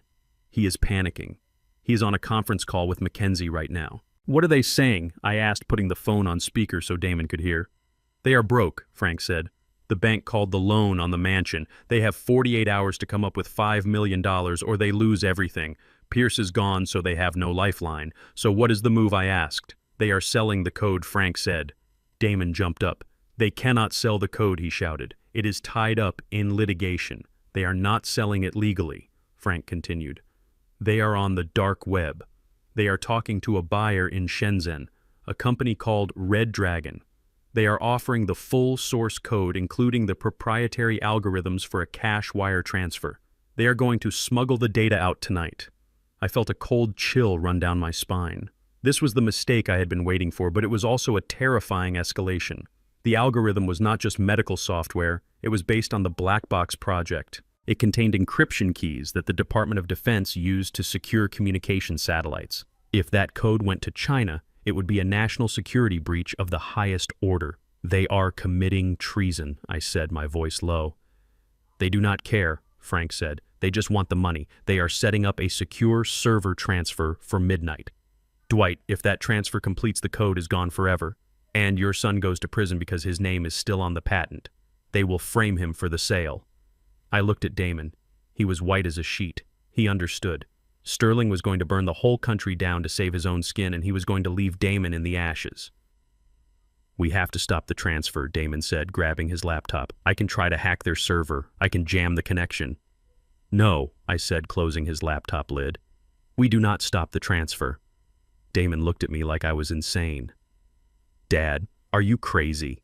If that code leaves the country, I am finished. I will be branded a traitor." I stood up and walked to the window, looking out at the city lights. "If we stop the transfer, they just try again later," I said. "Or they find another buyer. We need to catch them in the act. We need them to push that button." "But the code," Damon protested. "We let them initiate the handshake," I explained. "We let them establish the connection with the Chinese server. That proves intent. That proves conspiracy to commit espionage. But we cut the line before the data packet leaves the firewall." "And who is going to cut the line?" Damon asked. I pulled out my old flip phone, the one I kept for emergencies, the one with a single number programmed into it. A number I had not called in 15 years. I said. I dialed the number. It rang once. A voice on the other end answered. It was a voice that sounded like gravel and authority. Director Vance speaking. "Hello, David," I said. "This is Dwight Robinson. Black Box is active, and we have a leak." There was a pause on the line. Then the voice changed. It was no longer a bureaucrat. It was a hunter. "Give me the coordinates, Dwight." I looked at the clock. It was 11. We had 1 hour. Sterling Whitmore thought he was making a business deal. He did not know he was walking into a federal trap. I gave the director the IP address of Sterling's private server. I hung up the phone. "Pack your bags, Damon," I said. "We are checking out." "Where are we going?" Damon asked. "We are going to the police station," I said. "But this time we are not going in handcuffs. We are going as witnesses to the biggest corporate espionage bust in state history." Sterling and Mackenzie had just made the transition from greedy relatives to enemies of the state. They thought they were selling software. In reality, they were selling their freedom. And I was going to be there to watch the receipt get printed. The glow of the laptop screen in our motel room was the only light in a world that had gone completely dark. We were watching a crime unfold in real time through the surveillance link Frank had established. On the screen, Sterling Whitmore sat in his mahogany-paneled study. He looked like a man who was drowning and had decided to pull the whole ship down with him. His tie was loosened, and beads of sweat glistened on his forehead under the harsh light of his desk lamp. Mackenzie stood behind him, biting her lips so hard I thought it would bleed. They were staring at a secure terminal window that displayed a connection request from a server in Shenzhen. The buyer was Red Dragon. We knew them. They were a front for foreign intelligence operations that specialized in acquiring dual-use technology. Sterling typed a command with shaking hands. The screen flashed green. Connection established. He was not just selling a company asset. He was opening a back door to the national security infrastructure of the United States. The medical AI code contained the ghost of Project Black Box, the adaptive encryption protocols I had designed to protect nuclear launch keys. Sterling did not know that. He thought he was selling a fancy diagnostic tool. He was too arrogant to understand the weapon he was holding and too greedy to care where it ended up. I watched the progress bar appear. Upload initializing, 0%. Do it, Mackenzie whispered on the audio feed, her voice trembling. Just send it and get the money wire. We can be in the Cayman Islands by morning. Sterling hesitated for a fraction of a second. It was not conscience that paused his hand. It was fear. He knew that once he pressed enter, there was no going back. He was crossing a line from white-collar criminal to traitor. He pressed the key. The progress bar jumped. 5%. 10%. I felt a physical sickness in my gut. I was watching my life's work, the code I had written to protect my country, being auctioned off to pay for a mansion and a yacht. Damon sat next to me, his face pale. He understood the technical implications better than anyone. They are using a packet masking protocol, Damon said, pointing at the screen. They are disguising the data as a standard video stream to bypass the firewall. It is smart. It might fool the automated filters. It will not fool Vance, I said, standing up. I walked to the window. The city outside was asleep, unaware that two people in a high-rise were selling their safety for cash. I dialed the number for Director Vance again. This was not a call for help. It was a tactical coordinate strike. Director, I said when the line opened. The package is in transit. Target IP confirmed. They are using a UDP mask on port 8080. On the other end of the line, I heard the background noise of a busy operations center. Voices were shouting orders. Keyboards were clacking. The FBI and the NSA were listening. I had given them the head of the snake, and now they were ready to strike. We see it. Dwight Vance's voice was calm, the voice of a man who held the sword of Damocles. We have a trace on the wire transfer. $50 million pending from a shell bank in Hong Kong. We are letting the data packets hit the relay server to confirm the content. As soon as we verify the encryption signature, we move. Verify quickly, I said, my eyes fixed on the screen where the progress bar hit 40%. If that code completes the transfer, they can replicate it. You need to kill the connection before it hits 100. We have a kill switch in place, Vance assured me. But Dwight, you need to know something. Sterling is not using his own credentials for the transfer. I froze.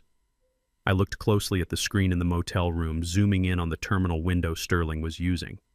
My heart stopped.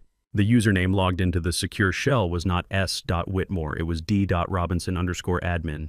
He is using Damon's old credentials, I whispered. He spoofed the login, Vance confirmed. To the digital world, it looks like your son is the one sending the files. Sterling is routing the connection through a VPN that mimics Damon's old laptop IP address. He is setting up a frame. I looked at Damon. He was watching the upload, unaware that his name was being stamped on every packet of treason leaving that room. Sterling had planned this. He knew the risks. He knew that if the sale went through, he would be rich. But if it got caught, he needed a fall guy. And who better than the disgruntled, unstable founder who had just lost custody of his children? He is a rat, I said into the phone, my voice shaking with rage. He is framing my boy. We know, Dwight Vance said. But the digital footprint is compelling. If this goes to court, it will be his word against the logs. And right now the logs say Damon is the traitor. We need physical evidence. We need to catch Sterling with his hand on the keyboard. You will get it, I promised. Just keep the team ready. I hung up the phone. The progress bar was at 60%. The tension in the room was suffocating. I felt like I was back in the silo waiting for the launch sequence to abort. Suddenly on the screen, Sterling froze. His phone rang. He picked it up. I could not hear the other side, but I saw the blood drain from his face. He slammed the phone down. They know, he screamed at Mackenzie. The bank just froze the incoming wire. They flagged it as suspicious activity. Mackenzie panicked. What do you mean suspicious? It is a shell company. It should be clean. Someone tipped them off. Sterling yelled, standing up and pacing the room like a caged animal. He ran his hands through his hair, destroying his perfect coiffure. The SEC is freezing the account. The deal is dead. He looked at the computer screen. The upload was still running. 70%. Cancel it, Mackenzie shrieked. Pull the plug. If the money is not coming, we cannot send the code. Sterling reached for the keyboard to cancel the transfer, but then he stopped. A look of cunning evil washed over his face. It was the look of a man who realizes he cannot save the gold, so he must save his skin. No, he said, his voice dropping to a sinister whisper. Let it finish. Are you crazy? Mackenzie asked, grabbing his arm. If that code goes out, we go to jail. Not we, Sterling said, pushing her away. Him. He pointed at the screen at the username d.robinson_admin. If I cancel it now, it looks like a failed transaction. Sterling explained, his eyes darting around the room, planning the lie. But if I let it finish and then immediately report a security breach, I can claim that I walked in and found the transfer running. I can claim that Damon hacked into the system remotely to sell the company's secrets out of spite. He typed a command. He was not canceling the transfer. He was deleting the local logs of his own login and reinforcing the spoofed IP address. He was planting the murder weapon in Damon's hand while the body was still warm. I am going to call the FBI, Sterling said, reaching for his phone again. I am going to report that Damon Robinson has committed corporate espionage. I will say we tried to stop him, but he bypassed our firewalls. I watched in horror. He was calling the very agents I had just briefed. He was trying to get ahead of the narrative. He was going to use the Patriot Act against my son. He was going to turn Damon into a terrorist to cover his own theft. Damon saw it too. He saw his name on the screen. He saw Sterling dialing the authorities. He is calling the police on me, Damon cried, standing up and backing away from the laptop. Dad, he is pinning it on me. They will believe him. He is Sterling Whitmore, and I am just the angry black ex-employee. I am going to prison for the rest of my life. I grabbed Damon by the shoulders. Listen to me, I said. He is walking into a trap he does not see. He thinks he is calling the local FBI field office. He thinks he is talking to friends at the club. He does not know that Director Vance is listening to every keystroke. But the logs, Damon stammered. The logs say I did it. Logs can be faked, I said. But biometrics cannot. I looked at the screen again. Sterling was so focused on the software he had forgotten the hardware. He was typing on the laptop keyboard. His fingerprints were on every key. His sweat was on the trackpad. And most importantly, the laptop camera was active. I typed a quick message to Frank. Access the webcam. Now. On our screen, a new window popped up. It was the view from the laptop's internal camera. It looked straight up at Sterling's face. It showed his eyes, manic and wide. It showed him typing the commands. It showed Mackenzie standing behind him, urging him on. We have him, I whispered. The progress bar hit 90%. Sterling was talking on the phone now, putting on his best performance. Yes, this is Sterling Whitmore. I have an emergency. My former partner Damon Robinson has hacked our mainframe. He is stealing sensitive algorithms. I am watching the files leave the server right now. You need to arrest him immediately. He was signing his own death warrant. He was lying to a federal agent on a recorded line while video evidence showed him committing the crime he was reporting. The progress bar hit 99%, and then it turned red. Transfer failed. Connection terminated by remote host. Vance had cut the line. Sterling stared at the screen. He looked confused. He thought the transfer had gone through. He thought he had successfully framed Damon. He did not know that the failure was not a glitch. It was the sound of the cage door slamming shut. He hung up the phone. He looked at Mackenzie and smiled. It is done, he said. The FBI is on their way to arrest Damon. We just have to act shocked when they get here. I looked at Damon. He was trembling, but he was standing. Get your coat, son, I said. Why? Damon asked. Are we running? No, I said, buttoning my jacket and adjusting my hat. "We are going to the Whitmore estate." Damon looked at me as if I had lost my mind. "You want to go there? The FBI is going there."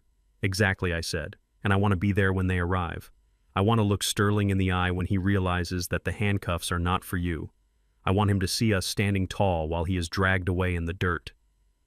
I picked up the hard drive we had repaired, the original code, the proof of ownership.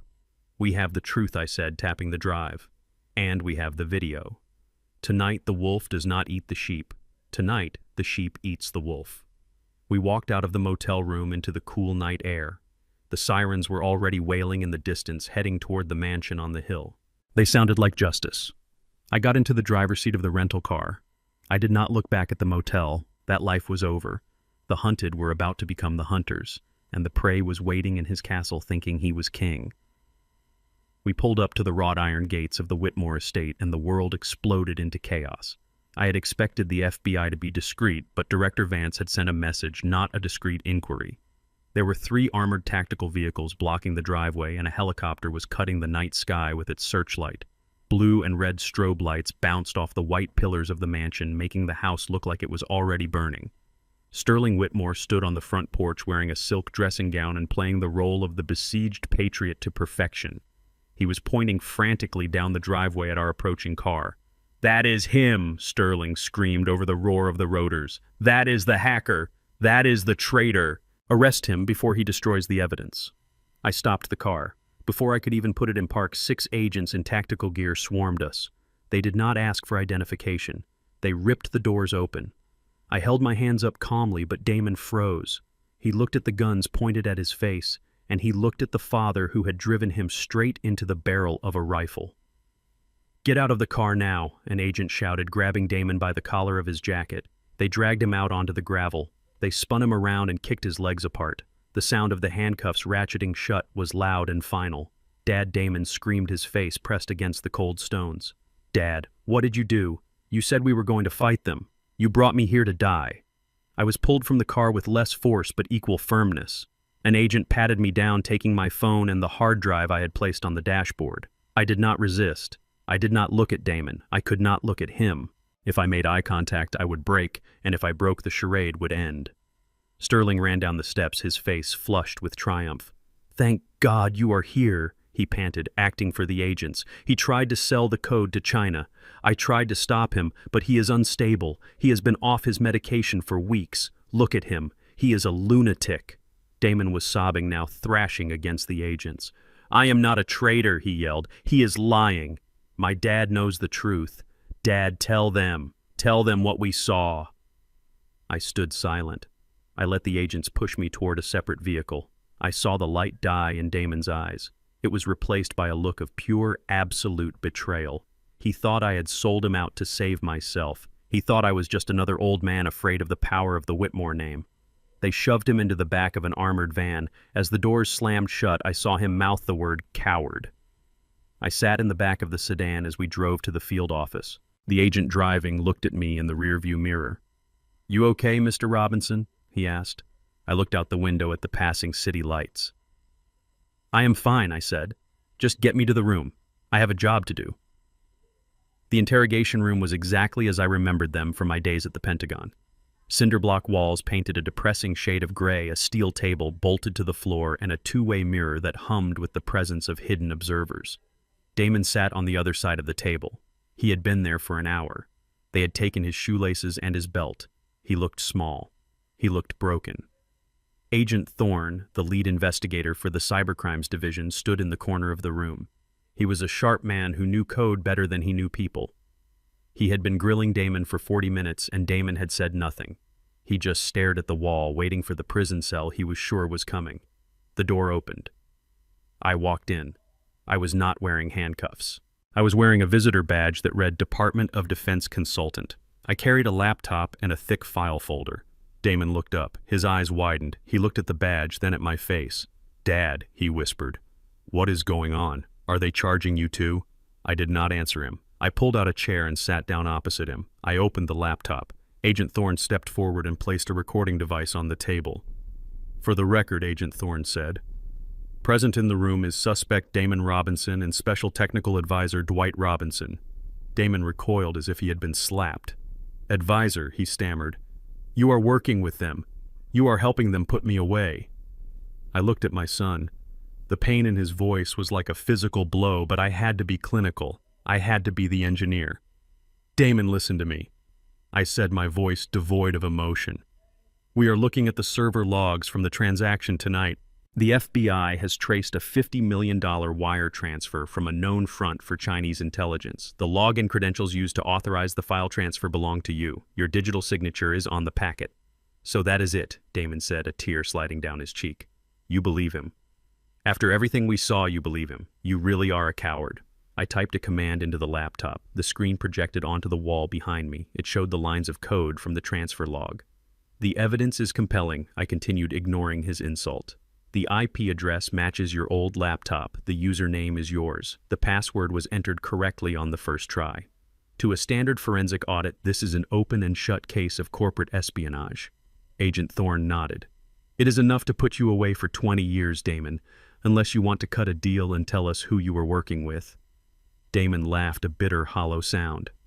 "I was working with nobody. I was in a motel room with my father, who I thought was a hero. But it turns out he is just a traitor like everyone else." I stopped typing. I looked at Agent Thorne. "Standard forensics would convict him," I said, "but we are not doing standard forensics today." I turned the laptop around so Damon could see the screen. "Damon, look at the code," I ordered. "I do not want to look at your lies," Damon spat. "Look at the code," I shouted, slamming my hand on the table. "Look at the keystroke intervals." Damon flinched. He looked at the screen. He saw the timestamp data I had highlighted. It showed the milliseconds between each keystroke when the password was typed. "You taught me that every person has a unique typing cadence," I said, softening my voice. "It is called keystroke dynamics. It is a biometric identifier as unique as a fingerprint. Some people hold the shift key for a millisecond longer. Some people hesitate before hitting a vowel. It is unconscious. It is muscle memory." I brought up a second graph. This one showed a blue line and a red line. The blue line is your typing cadence, Damon, taken from the code you wrote for your startup over the last 5 years. It is fast, rhythmic, and precise. You type like a pianist. I pointed to the red line, which was erratic and jagged. "This is the typing cadence of the person who entered your password tonight. It is slower, heavy-handed. There is a consistent 300 millisecond delay before hitting the enter key." Damon stared at the graph. He recognized the pattern. "That is not me," he whispered. "No," I said. "It is not." I pressed another key. A third graph appeared, overlaying the red line perfectly. "We pulled this sample from the subpoenaed emails of Sterling Whitmore," I said. "We analyzed 10 years of his correspondence. His typing pattern is a 99.9% match for the person who initiated the illegal transfer tonight." Agent Thorne stepped forward, looking at the data. He let out a low whistle. He spoofed the IP, Thorne said, but he could not spoof his own nervous system. I looked at Damon. The realization was washing over him. The anger was draining away, replaced by shock. "He framed himself," Damon said. "He did not know we were watching that deep," I said. "He thought he was just typing a password. He did not know he was signing a confession." I turned to Agent Thorne. "The Department of Defense certifies this analysis," I said formally. "The credentials were stolen. The transfer was initiated by Sterling Whitmore. Damon Robinson is not a suspect. He is the victim of identity theft and a witness to treason." Thorne nodded. He picked up his radio. "Control, this is Thorne. The forensic analysis is conclusive. The target is confirmed as Sterling Whitmore. Execute the warrant. I repeat, execute the warrant." I stood up and walked around the table. Agent Thorne unlocked Damon's handcuffs. The metal clattered onto the table. Damon rubbed his wrists, looking up at me. He saw the badge on my chest, but for the first time he saw the father behind it. "You knew," he said, his voice trembling. "You knew in the car." "I had to get you inside," I explained quietly. "I had to get you into protective custody before Sterling realized the transfer had failed. If we had stayed on the street, he would have sent mercenaries, not lawyers. I had to let you hate me for an hour so I could keep you safe for a lifetime." Damon stood up. He was shaky on his legs. He pulled me into a hug. He buried his face in my shoulder and wept. "I am sorry, Dad," he sobbed. "I am so sorry I called you a coward." I held him tight. I looked at the two-way mirror. I knew Vance was watching. "You were scared, son," I said. "Fear makes us say things we do not mean. But the fear is over." Agent Thorne opened the door.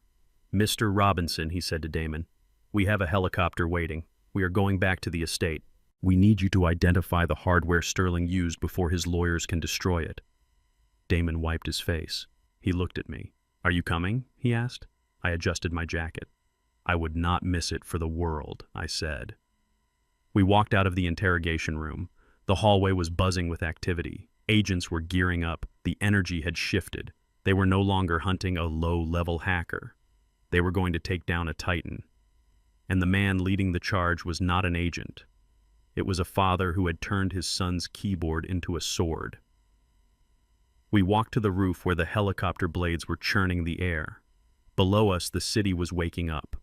Somewhere in that city, Sterling Whitmore was pouring a drink thinking he had won. He did not know that the sound coming from the sky was not his victory parade. It was the sound of his judgment arriving at 200 miles per hour. The ride in the tactical helicopter was loud and vibrating with the raw power of the federal government. I sat next to Damon, who was staring out the window at the dark landscape below. His hands were free now, but he rubbed his wrists where the handcuffs had been, a phantom reminder of how close he had come to losing his freedom. We banked hard over the tree line, and the Whitmore estate came into view. It was lit up like a Christmas tree.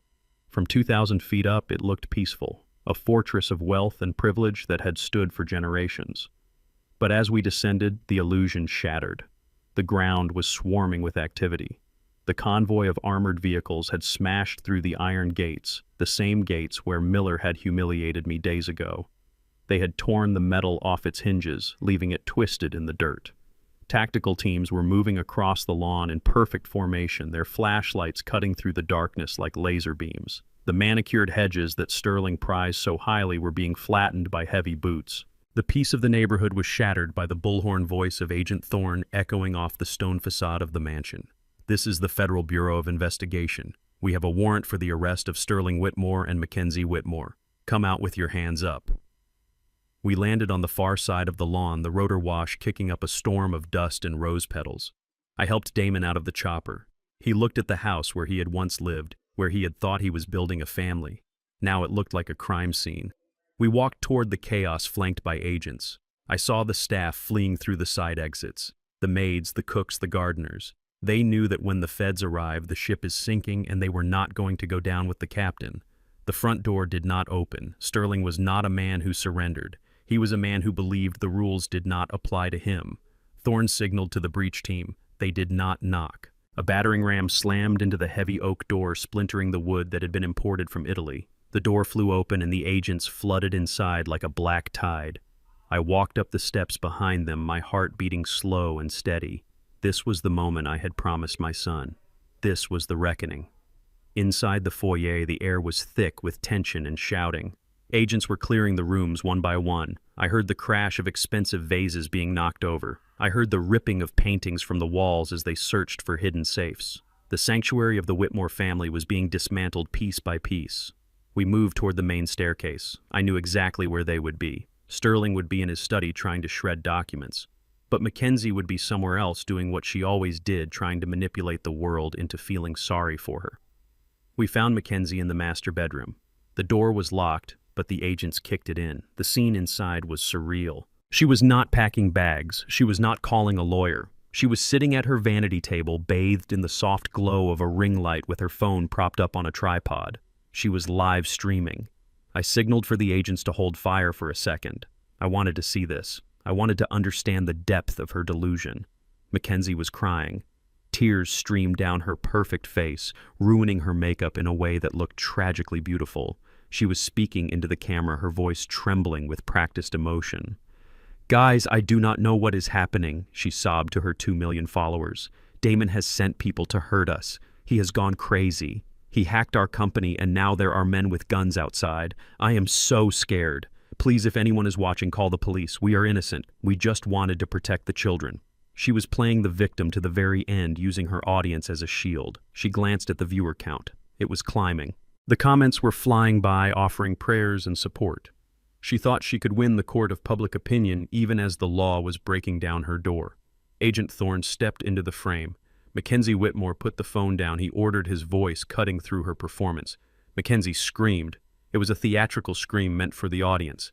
"They are here!" she shrieked, looking into the lens. "Oh my God, they are going to kill me!" Thorne did not hesitate. He moved in fast. He grabbed her arm and pulled her away from the vanity. Mackenzie fought him, scratching and clawing. "Get your hands off me!" she yelled, dropping the act. "Do you know who I am? My father will ruin you!" Thorne spun her around and slammed her against the wall. The phone was still recording. It had fallen onto the carpet, but the camera was angled up, capturing everything. It captured the look of shock on her face as the cold steel of the handcuffs clicked onto her wrists. It captured the way her silk robe tore as she struggled.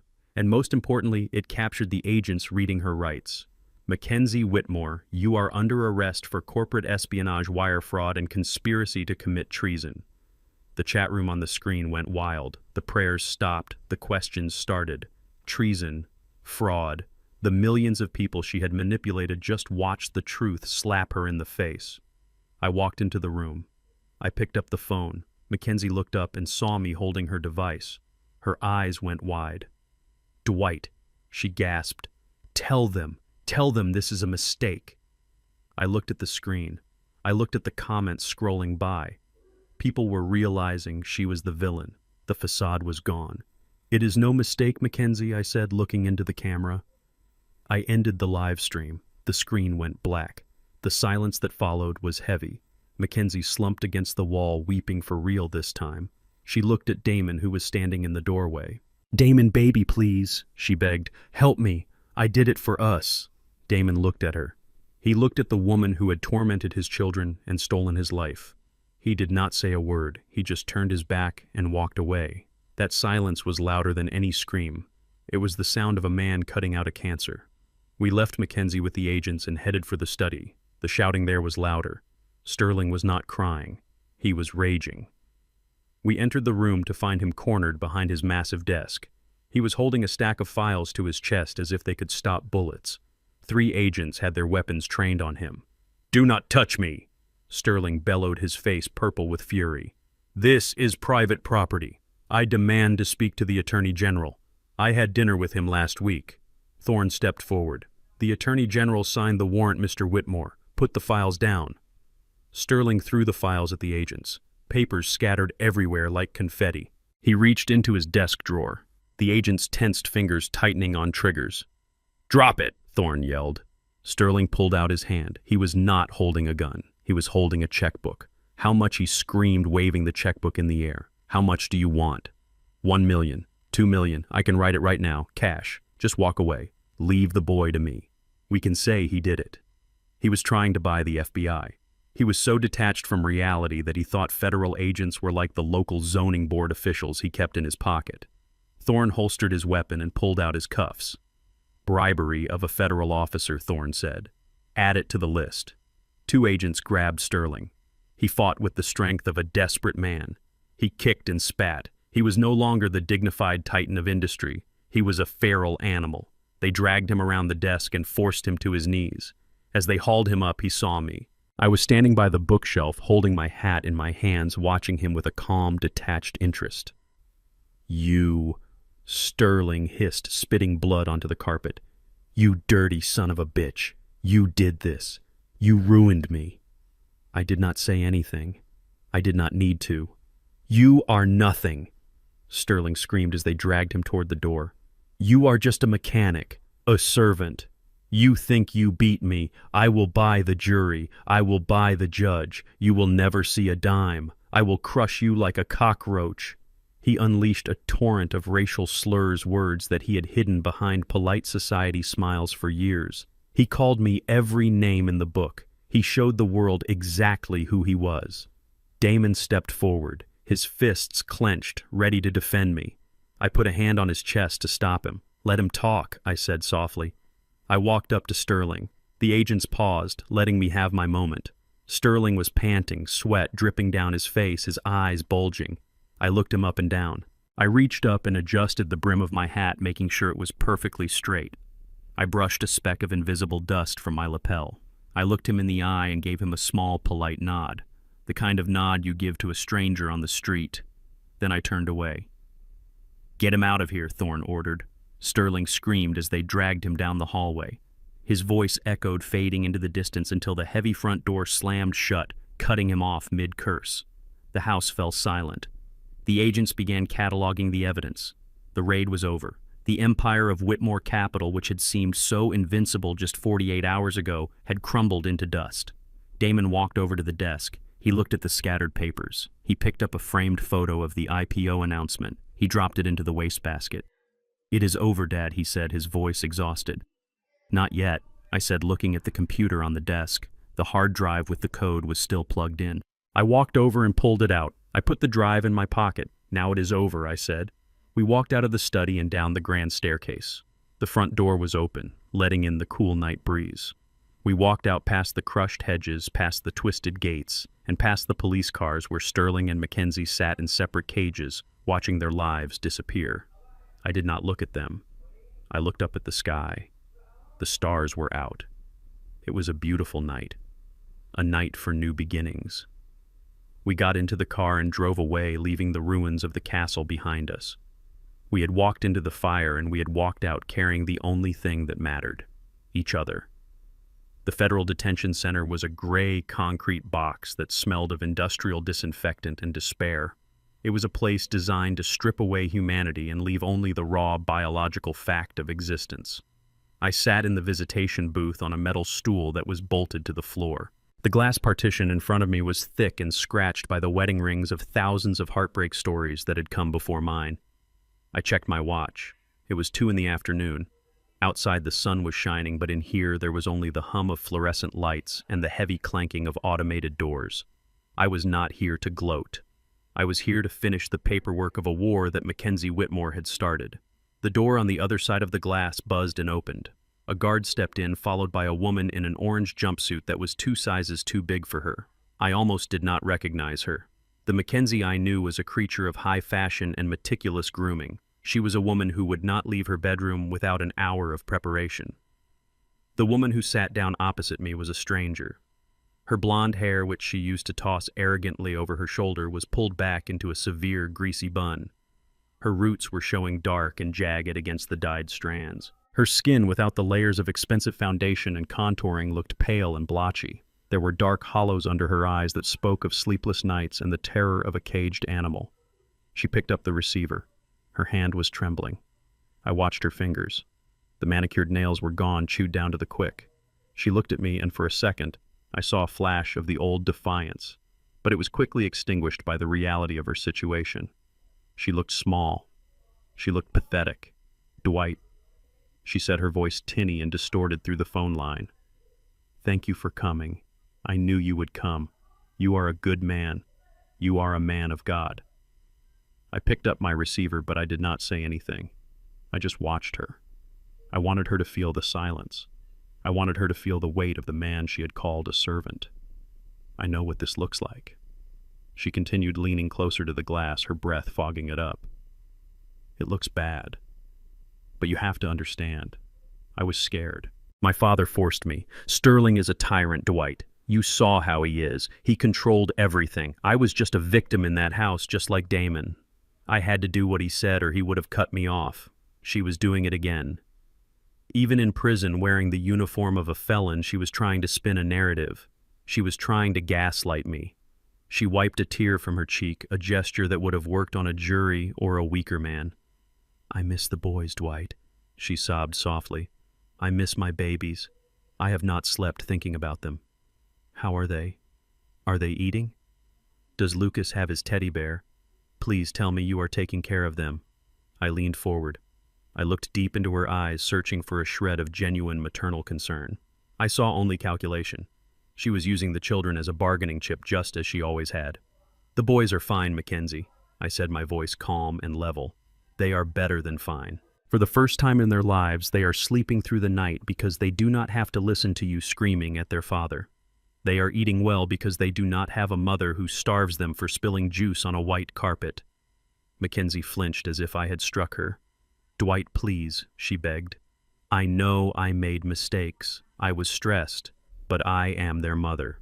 You cannot keep them from me. I need to see them. I have rights." "You have no rights," I said, cutting her off. I reached into my jacket pocket and pulled out a folded document. I held it up to the glass so she could read the bold header. Damon was granted full sole and permanent custody this morning, I said. The judge reviewed the video evidence. He reviewed the testimony of the nannies you fired. He reviewed the psychological evaluation of the twins. You have been designated as a threat to their physical and emotional well-being. Your parental rights have been terminated. Mackenzie stared at the paper. Her mouth opened and closed, but no sound came out. The reality was crashing down on her. She had lost her leverage. You will never see them again, I said. You will never speak to them again. As far as Leo and Lucas are concerned, their mother went away on a long trip and she is never coming back. We are erasing you, Mackenzie, just like you tried to erase Damon. No, she screamed, slamming her hand against the glass. You cannot do this. They are my children. I will fight this. My lawyer will fix this. Your lawyer quit this morning, I said. His firm does not represent clients charged with treason, and even if he stayed, you cannot afford him anymore. Mackenzie slumped back in her chair. She looked around the small room, panic setting in. Dwight, listen to me, she whispered hurriedly, looking at the guard by the door. I have information. I know where Sterling hid the other accounts. I know about the offshore shells in Panama. I can testify against him. I can give you everything. Just talk to the prosecutor. Get me a deal. I cannot stay here. These women look at me like I am meat. I will die in here. She was willing to sell out her own father to save her skin. It was not surprising. Loyalty in the Whitmore family was just a currency to be traded when the market crashed. We do not need your information, I said coldly. We have the hard drive. We have the server logs. We have the video of the transfer. We have enough evidence to put Sterling away for 3 lifetimes. Your testimony is worthless, Mackenzie. You are not a witness. You are a co-conspirator. But I am family. She pleaded, tears streaming down her face unchecked. I am your daughter-in-law. You ceased to be family the day you let your father frame my son for a crime that would have sent him to federal prison, I said. You ceased to be family the day you threw my grandson's clothes in the trash. You are not family. You are inmate number 8940. And that is all you will ever be. I started to hang up the phone. Wait, she yelled, her voice cracking. Wait, Dwight. My house, my things. I need money for the commissary. I need to sell the estate. The deed is in my name, too. I can sell it and pay restitution. I can get a better lawyer. I paused. I brought the receiver back to my ear. This was the moment I had been waiting for. This was the final twist of the knife. You do not have a house, Mackenzie, I said. What do you mean? She asked, wiping her nose. The bank has not foreclosed yet. It takes months. The bank called the note yesterday, I explained. When the news of the scandal broke, the value of the property plummeted. The bank wanted to offload the toxic debt immediately. They put the mortgage note up for a private emergency sale. So who bought it? She asked, her eyes darting back and forth. I did, I said. Mackenzie froze. She looked at me as if I was speaking a foreign language. You, she whispered. You do not have that kind of money. I did not, I admitted. But then I made a few calls. I used the settlement money from the defamation lawsuit against your father, which his insurance company paid out yesterday. And I combined it with the signing bonus from the new government contract that Damon just secured for his company. We bought the debt for pennies on the dollar, Mackenzie. I am the holder of the note. I am your creditor. I leaned in closer, my voice dropping to a whisper that was louder than a shout. And this morning, as the new owner of the debt, I exercised my right to immediate foreclosure due to criminal activity on the premises. The deed has been transferred. The locks have been changed. Mackenzie looked horrified. My clothes, she stammered. My jewelry, my bags. Seized, I said. Everything inside the house is now considered abandoned property to offset the outstanding debt. We are auctioning it all off. The proceeds will go to a charity for children of incarcerated parents. She shook her head violently. No, she moaned. No, this is not happening. This is a nightmare. It is not a nightmare, I said, standing up. It is justice. You took my son's home. You took his car. You took his dignity. You thought because we were quiet, we were weak. You thought because we were black, we were poor. Now I own your house. I own your debt. And I own your future. I looked down at her one last time. She was weeping into her hands, a broken woman in an orange suit who had nothing left in the world but the consequences of her own greed. Goodbye, Mackenzie, I said. I hung up the phone. The click was final. I turned and walked toward the exit. I did not look back. I could hear her screaming my name through the thick glass, but it sounded like a ghost crying in a storm. It did not reach me. I walked out of the detention center into the bright afternoon sun. Damon was waiting for me in the parking lot, leaning against a new SUV. He looked healthy. He looked free. He saw my face, and he knew. "Is it done?" he asked. "It is done," I said. We got into the car. "Where to?" Damon asked. "Home," I said. And for the first time in a long time, the word home meant something real. It was not a place of fear or secrets. It was a fortress we had built with our own hands on the ashes of those who tried to destroy us. We drove away, leaving the prison behind, leaving the Whitmores to rot in the cells they had built for themselves. We had won. And the silence that followed was the most beautiful sound in the world. 6 months have passed since the flashing lights faded from the driveway and the sirens stopped echoing off the stone walls of the estate. The seasons have changed, turning the manicured green lawns into a tapestry of autumn gold and rust. I drove my truck up the long, winding driveway, but this time I did not have to park on the shoulder. I did not have to wait for Miller to buzz me in with a look of pity in his eyes. I had the remote. I pressed the button and the new iron gate swung open silently, welcoming me home. This was no longer the Whitmore estate. The brass plaque on the front pillar that had borne their name for 3 generations had been removed. In its place was nothing, just clean stone. We did not need a sign to tell us who we were. We knew who we were. We were the Robinsons, and we had taken the castle, not by inheritance, but by conquest. I parked in front of the garage. Damon was already there, standing on the porch. He looked different. The hunch in his shoulders was gone, replaced by the easy posture of a man who owns the ground he stands on. He was watching Leo and Lucas run through the piles of leaves on the lawn.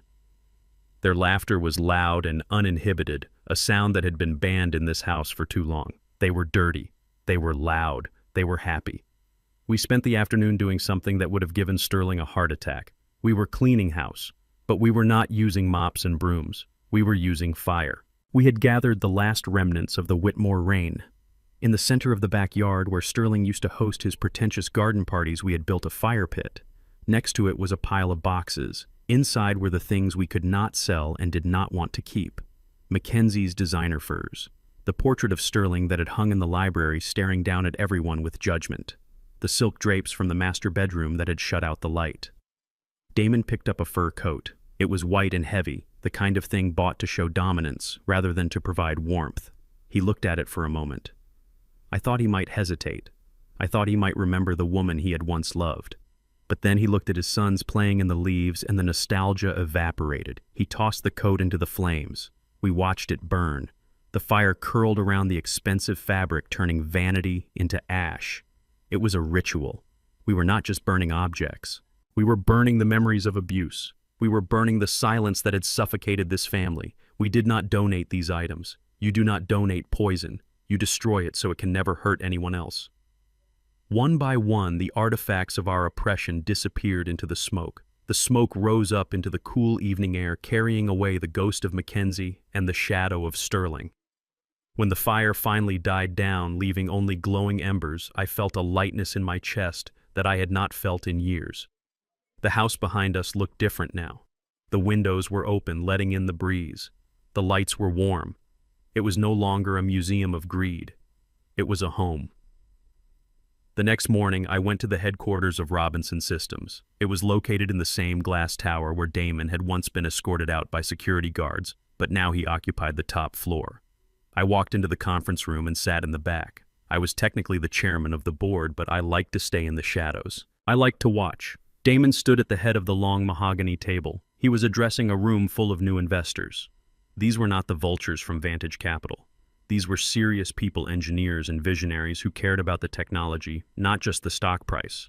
Damon wore a suit that fit him perfectly, but it was his voice that commanded the room. He spoke about the new medical AI protocols. He explained how the code would save lives in rural hospitals. He answered questions with precision and authority. There was no stutter. There was no looking down at his hands. He made eye contact. He controlled the flow of the conversation. When a skeptical investor asked about the security of the data, Damon smiled. It was a smile that reminded me of my own father. The security is based on the black box architecture, Damon said. It was designed by the best engineer I know, and it has been tested under fire. He looked at me then. A silent acknowledgement passed between us. He was acknowledging the code, but he was also acknowledging the war we had fought to keep it. The investors nodded, impressed. They did not know the blood and tears that had gone into those lines of code. They only saw a brilliant CEO leading a cutting-edge company. After the meeting, we sat in his office overlooking the city. The view was breathtaking. From up here, the parking lot where I had found him sleeping in a rusted Ford Taurus seemed like a million miles away. It seemed like a bad dream from another lifetime. "You did good today, son," I said, pouring 2 cups of coffee. Damon took the cup. He walked to the window and looked out. "I keep waiting for the other shoe to drop," he admitted quietly. "I keep waiting for the police to knock on the door or for Mackenzie to post something on social media." "She will not," I said. "She is serving 5 to 10 years in a federal penitentiary, and Sterling is facing 20. They are gone, Damon. The only thing knocking on your door from now on is opportunity." Damon turned around.